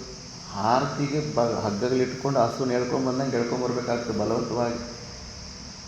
ಆ ಗುಡಿನಲ್ಲಿ ಆ ಶೆಕೆಯಲ್ಲಿ ಅಂಥ ವಾತಾವರಣದಲ್ಲಿ ಗರ್ಭಗುಡಿ ಇಟ್ಬಿಟ್ಟಿರ್ತಾರೆ. ಆ ಪರಮಾತ್ಮ ಅನ್ನೋ ಭಾವನೆ ಇರುತ್ತೆ. ಮತ್ತು ನೈವೇದ್ಯಗಳು ಇಷ್ಟಿಷ್ಟು ಸಕ್ಕರೆ ಇಡ್ತೀವಿ ನಾವು. ಮತ್ತು ನಾವು ಮಾತ್ರ ತಿನ್ನೋ ಊಟಕ್ಕೆ ಎಷ್ಟು ವೆರೈಟಿ ಎಲ್ಲ ಮಾಡ್ಕೊಂಡು ಇದನ್ನ ಮಾಡ್ತೀವಿ. ಆ ಭಾವನೆ ಕೂಡ ನಮಗೆ ಸರಿಯಾಗಿ ಬರೋದಿಲ್ಲ. ಉಪಾಸನೆ ಮಾಡೋ ತರೀಕೆ ತಗೋಬೇಕು. ಮತ್ತು ಉಪಾಸನೆಯಲ್ಲಿ ನೀನು ಆ ಭಾವಶುದ್ಧಿಯಿಂದ ಆ ಭಾವನೆಯಿಂದ ಮಾಡೋದು ಇಲ್ಲ ಅಂದರೆ ನಿನಗೆ ಅಲ್ಲೂ ರಿಸಲ್ಟ್ ಸಿಗೋದಿಲ್ಲ. ರಾಮಕೃಷ್ಣ ಪರಮಹಂಸರು ಅವರೆಲ್ಲ ಆ ಭಾವನೆಯಲ್ಲಿ ಪೂಜೆ ಮಾಡಿ ಬಂದವರು. ಸಾಕ್ಷಾತ್ ಕಾಳಿಕಾ ದೇವಿ ಅಂದರೆ ಸಾಕ್ಷಾತ್ ಕಾಳಿಕಾ ದೇವಿಯಲ್ಲಿ ನಿಂತಿದ್ದಾರೆ ಅನ್ನೋ ಭಾವನೆಯಲ್ಲಿ. ಮತ್ತು ರೂಮಲ್ಲಿ ಫ್ಯಾನ್ ಹಾಕ್ಕೊಂತೀವಿ ಎಲ್ಲ ಸೆಕೆ ಬಂದಾಗ, ಮತ್ತು ಇಲ್ಲಿ ದೇವರಿದ್ದಾರೆ ಮತ್ತು ದೇವರಿಗೇನಾದರೂ ಫ್ಯಾನ್ ಹಾಕ್ತಾ ಇದ್ದೀವ? ಎಷ್ಟು ಸಕೆ ಹಾಕಿ ಕೊಡುವಷ್ಟು 2 ನಿಮಿಷ 5 ನಿಮಿಷ ಇದ್ದರೆ ಬೆವರು ಇಟ್ಟು ಕೆಳಗಡೆ ಬಂದುಬಿಟ್ಟಿರುತ್ತೆ. ಆ ಉಪಾಸನೆಯಲ್ಲೂ ಕೂಡ ನಾವು ಆ ಥರ ಶುದ್ಧ ರೂಪದಿಂದ, ಇನ್ನೂ ಉಪಾಸಕರಿಗೆ ಜ್ಞಾನದ ಮಾತು ಇಷ್ಟ ಆಗಲಿಲ್ಲ ಅಂದರೂ ಕೂಡ ದರ್ಶನನೇ ಇಷ್ಟ ಆಗಬೇಕು. ಎಷ್ಟು ಸತಿ ನೋಡ್ತಾ ಇದ್ರು ಇನ್ನೂ ದರ್ಶನ ಮಾಡ್ಕೋಬೇಕು ಅಂದ್ಬಿಟ್ಟು ಸ್ತುತಿ. ಈ ಶ್ಲೋಕಗಳು ಅವು ಇವು ಆರತಿಯಲ್ಲಿ ಏನು ನೀರಾಜನೆ ಇರುತ್ತಲ್ಲ ಅವೆಲ್ಲ ಪರಮಾತ್ಮನ ಸ್ತುತಿ. ಹೆಚ್ಚು ಬೆಳಗ್ಗೆಯಿಂದ ಸಾಯಂಕಾಲ ತನಕ ಪರಮಾತ್ಮನ ಸ್ತುತಿಯಲ್ಲೇ ಇರಬೇಕು. ಮತ್ತು ಇವುಗಳೆಲ್ಲ ನಮಗೆ ಮನಸ್ಸೇ ಆಗ್ತಾ ಇಲ್ಲ, ಆದರೂ ನಾವಿನ್ನೂ ಭಕ್ತಿ ಮಾಡ್ತಾಯಿದ್ದೀವಿ, ಸಾಧನೆ ಮಾಡ್ತಾಯಿದ್ದೀವಿ ಅಂದರೆ ಏನೋ ದೋಷ ಇದೆ, ಎಲ್ಲೋ ತಮೋ ಗುಣಕ್ಕೆ ಸ್ಲಿಪ್ ಆಗ್ತಾಯಿದ್ದೀವಿ, ಉಪಾಸನ ಬಗ್ಗೆ ಕೂಡ ಸರಿಯಾಗಿ ತಿಳ್ಕೊಂಡಿಲ್ಲ, ಇದು ವೇಸ್ಟ್ ಆಗಿಬಿಡುತ್ತೆ. ಇಲ್ಲಿ ಜ್ಞಾನಕ್ಕೆ ಅಧಿಕಾರತ್ವ ಇಲ್ಲ ಅಂದರೆ ಈ ಮಾತು ಕೂಡ ಜೀರ್ಣ ಆಗೋದಿಲ್ಲ. ಅದಕ್ಕೆ ಬುದ್ಧಿಯಿಂದ ನೀನು ಆ ಅಸತ್ತು ಬುದ್ಧಿ ನಾಮರೂಪಗಳನ್ನು ನೀನು ಗ್ರಹಣೆ ಮಾಡಿದ್ರೂ ಕೂಡ ಆ ಭಾವನೆಯಿಂದ ನೀನು ಮಾಡಿದ್ದೀಯ ಅಂದ್ರೆಗನ ಅಲ್ಲೇನಾದರೂ ಸ್ವಲ್ಪ ಅಂತಃಕರಣ ಶುದ್ಧಿ ರೂಪದ ಫಲವೇನು ಸಿಗುತ್ತೆ. ಇಲ್ಲ ಅಂದರೆ ಅಸತ್ತು ಬುದ್ಧಿಯಿಂದ ಅಸತ್ತು ವಸ್ತುಗಳನ್ನು ಗ್ರಹಣೆ ಮಾಡೋದು ಬಿಟ್ಬಿಡಲೇಬೇಕು, ಕಂಪ್ಲೀಟಾಗಿ ಬಿಡಲೇಬೇಕು. ಪ್ಯೂರ್ ರೂಪದಲ್ಲಿ ಪರಮಾತ್ಮನ ಯಥಾರ್ಥ ರೂಪದಲ್ಲಿ ಆ ಸತ್ ಅಂಶನ ಎಲ್ಲದರಲ್ಲೂ ನೋಡ್ತಾ ಇರು, ಮುಗಿದು ಕೆಲಸ. ಪ್ರತಿಯೊಬ್ಬನು ಪರಮಾತ್ಮ ಸ್ವರೂಪ ಅಂದಾಗ ಮತ್ತು ಪರಮಾತ್ಮನ ಜಗಳ ಆಡೋಕ್ಕಾಗುತ್ತೆ ನಿನ್ನ ಕೈಯಲ್ಲಿ? ಪರಮಾತ್ಮ ಕೆಟ್ಟದಾಗಿ ಯೋಚನೆ ಮಾಡೋಕ್ಕಾಗುತ್ತೆ ನಿನಗೆ? ಆಗೋದಿಲ್ಲ. ಮತ್ತು ನಾವು ಮಾಡ್ತಿದ್ದೀವಿ ಅಂದರೆ ಪರಮಾತ್ಮ ದರ್ಶನ ನೋಡ್ತಾ ಇಲ್ಲ, ಪ್ರತಿಯೊಬ್ಬರಲ್ಲಿ ಪರಮಾತ್ಮ ದರ್ಶನ ಮಾಡ್ತಾನೇ ಇಲ್ಲ. ಹೇಗೆ ಮಾಡೋಕ್ಕಾಗುತ್ತೆ? ದೋಷಗಳನ್ನೆಲ್ಲ ಹೆಂಗೆ ನೋಡೋಕ್ಕಾಗುತ್ತೆ? ಅದಕ್ಕೆ ಒಳಗಡೆ ಬುದ್ಧಿಗಳನ್ನು ಚೆನ್ನಾಗಿ ವಿಚಾರ ಮಾಡ್ಕೋಬೇಕು. ಆ ಬುದ್ಧಿಗಳು ಸಾಮಾನ್ಯ ಇನ್ನೂ ಪ್ರಶ್ನೆ ಬರ್ತಾನೆ. ಈಗ ನಾವು ಈ ಥರ ಸಮಾಧಾನ ಕೊಟ್ಟಿವೆ, ನಾವು ಒಳಗಡೆ ಡಿವಿಷನ್ ಮಾಡ್ಕೊಂಡು ನಮ್ಮ ಸತ್ ಬುದ್ಧಿ ಎಲ್ಲೂ ವ್ಯಭಿಚಾರ ಆಗೋದಿಲ್ಲ, ಕಂಟಿನ್ಯೂಸ್ ಆಗಿರುತ್ತೆ. ಯಾವ ವಸ್ತುನ ನೋಡಿದ್ರೂ ಕೂಡ ಏನು ಯೋಚನೆ ಮಾಡಿ ಮನಸ್ಸಲ್ಲಿ ಏನಾದರೂ ಮನೋರಾಜ್ಯ ಮಾಡಿದ್ರೂ ಕೂಡ ಅದರಲ್ಲೂ ಕೂಡ ಅಲ್ಲಿ ಸತ್ ಬುದ್ಧಿ ಇದ್ದೇ ಇರುತ್ತೆ, ಸತ್ ಅನ್ನೋ ಅಂಶ ಇದ್ದೇ ಇರುತ್ತೆ. ಅದಕ್ಕೆ ನೈರಂತ್ಯ ರೂಪೇಣ ಕಂಟಿನ್ಯೂಸ್ ಆಗಿ ನಮ್ಮ ಸಾಧನೆ ನಡೀತಾ ಇರುತ್ತೆ ಅಂದ್ಬಿಟ್ಟು. ಅಸತ್ ಬುದ್ಧಿಲಿ ನೀವು ತೋರಿಸಿ ಕಂಟಿನ್ಯೂಸ್ ಆಗಿ ಯಾವ ರೂಪದಲ್ಲಿ ಇರ್ತೀರಿ, ಎಷ್ಟು ದಿವಸ ಇರ್ತೀರ, ಚಾನ್ಸೇ ಇರೋದಿಲ್ಲ. ಬ್ರೇಕ್ ಆಗ್ತಾನೆ ಇರ್ತಾರೆ, ಕಂಟಿನ್ಯೂಟಿ ಬ್ರೇಕ್ ಆಗ್ತಾ ಇರುತ್ತೆ. ತೈಲಧಾರಾವತ್ತು ಸಾಧನೆ ಎಲ್ಲ ಆಗೋದಕ್ಕೆ ಸಾಧ್ಯನೇ ಇರೋದಿಲ್ಲ. ಮತ್ತು ಇನ್ನು ಆಶ್ರಮ ನಿಯಮಗಳಂದರೆ ಈಗ ಆರತಿ ಒಂದು ಸಮಯ ಇರುತ್ತೆ, ಆ ಗಂಟೆ ಹೊಡಿತಾ ಇರ್ತದೆ, ಊಟದ ಗಂಟೆ ಹೊಡಿತಾರೆ, ಆ ಸಮಯಕ್ಕೆ ಹೋಗಬೇಕು. ಕಂಟಿನ್ಯೂಸ್ ಆಗಿ ಒಂದು 2 ತಾಸು ಸಿಗ್ಬೋದು. ಅದು ಇಲ್ಲೇ ಆಶ್ರಮದಲ್ಲಿ ಸ್ವಲ್ಪ ವ್ಯವಸ್ಥೆ ಇದ್ದಕ್ಕೆ ಎಲ್ಲೊಂದು 3 ತಾಸು ಬೇಕಾದರೂ ಕೂಡ್ಲೂಬೋದು ಇಲ್ಲಿನ ದಿನಚರ್ಯದಲ್ಲಿ ಕಂಟಿನ್ಯೂಸ್ ಆಗಿ.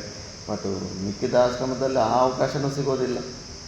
ಒಂದು ಅರ್ಧ ತಾಸು ಇಲ್ಲ 45 ಮಿನಿಟ್ಸ್ಗಿಂತ ಕಂಟಿನ್ಯೂಸ್ ಆಗಿ ನೀನು ಎಲ್ಲೂ ಸಮಯ ಸಿಗೋದಿಲ್ಲ. ಟೈಮ್ಗೆ ಗಂಟೆ ಹೊಡಿತಾ ಇರ್ತವೆ, ಚಾಯ್ ಗಂಟೆ ಹೊಡೆಯುತ್ತೆ, ಆರತಿ ಗಂಟೆ ಹೊಡೆಯುತ್ತೆ, ಕ್ಲಾಸ್ ಗಂಟೆಗಳು ಹೊಡಿತಾ ಇರ್ತವೆ.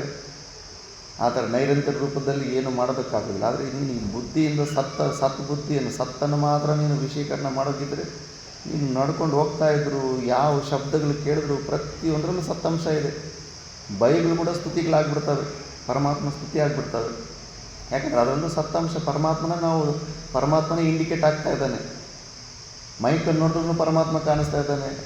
ಯಾರಾದರೂ ಒಳ್ಳೆ ಮಾತಾಡ್ತಾರೆ ಅದರಲ್ಲೂ ಆ ಶಬ್ದ ಪರಮಾತ್ಮ ಸತ್ತಂಶನ ನೋಡ್ತಾ ಇದ್ದೀವಿ, ಅಲ್ಲೂ ಪರಮಾತ್ಮ ಕಾಣಿಸ್ತಾ ಇದ್ದಾನೆ. ವ್ಯಭಿಚಾರ ಆಗೋದೇ ಇಲ್ಲ. ಈಗ ಮತ್ತೆ ಈ ಥರ ಅಂದಾಗ ಈಗ ಪೂರ್ವ ಪಕ್ಷಿ ಇನ್ನೊಂದು ಡೌಟ್ ತೊಗೊಂಬರ್ತಾನೆ, ಸಮಯ ಆಗೋಗಿದೆ. ನೆಕ್ಸ್ಟ್ ಕ್ಲಾಸಲ್ಲಿ ನೋಡೋಣ. ಓಂ ಪೂರ್ಣಮದ ಪೂರ್ಣಮಿದಂ ಪೂರ್ಣಾತ್ ಪೂರ್ಣಮುದಚ್ಯತೆ ಪೂರ್ಣಸ್ಯ ಪೂರ್ಣಮಾದಾಯ ಪೂರ್ಣಮೇವಾವಶಿಷ್ಯತೆ. ಓಂ ಶಾಂತಿ ಶಾಂತಿ ಶಾಂತಿ.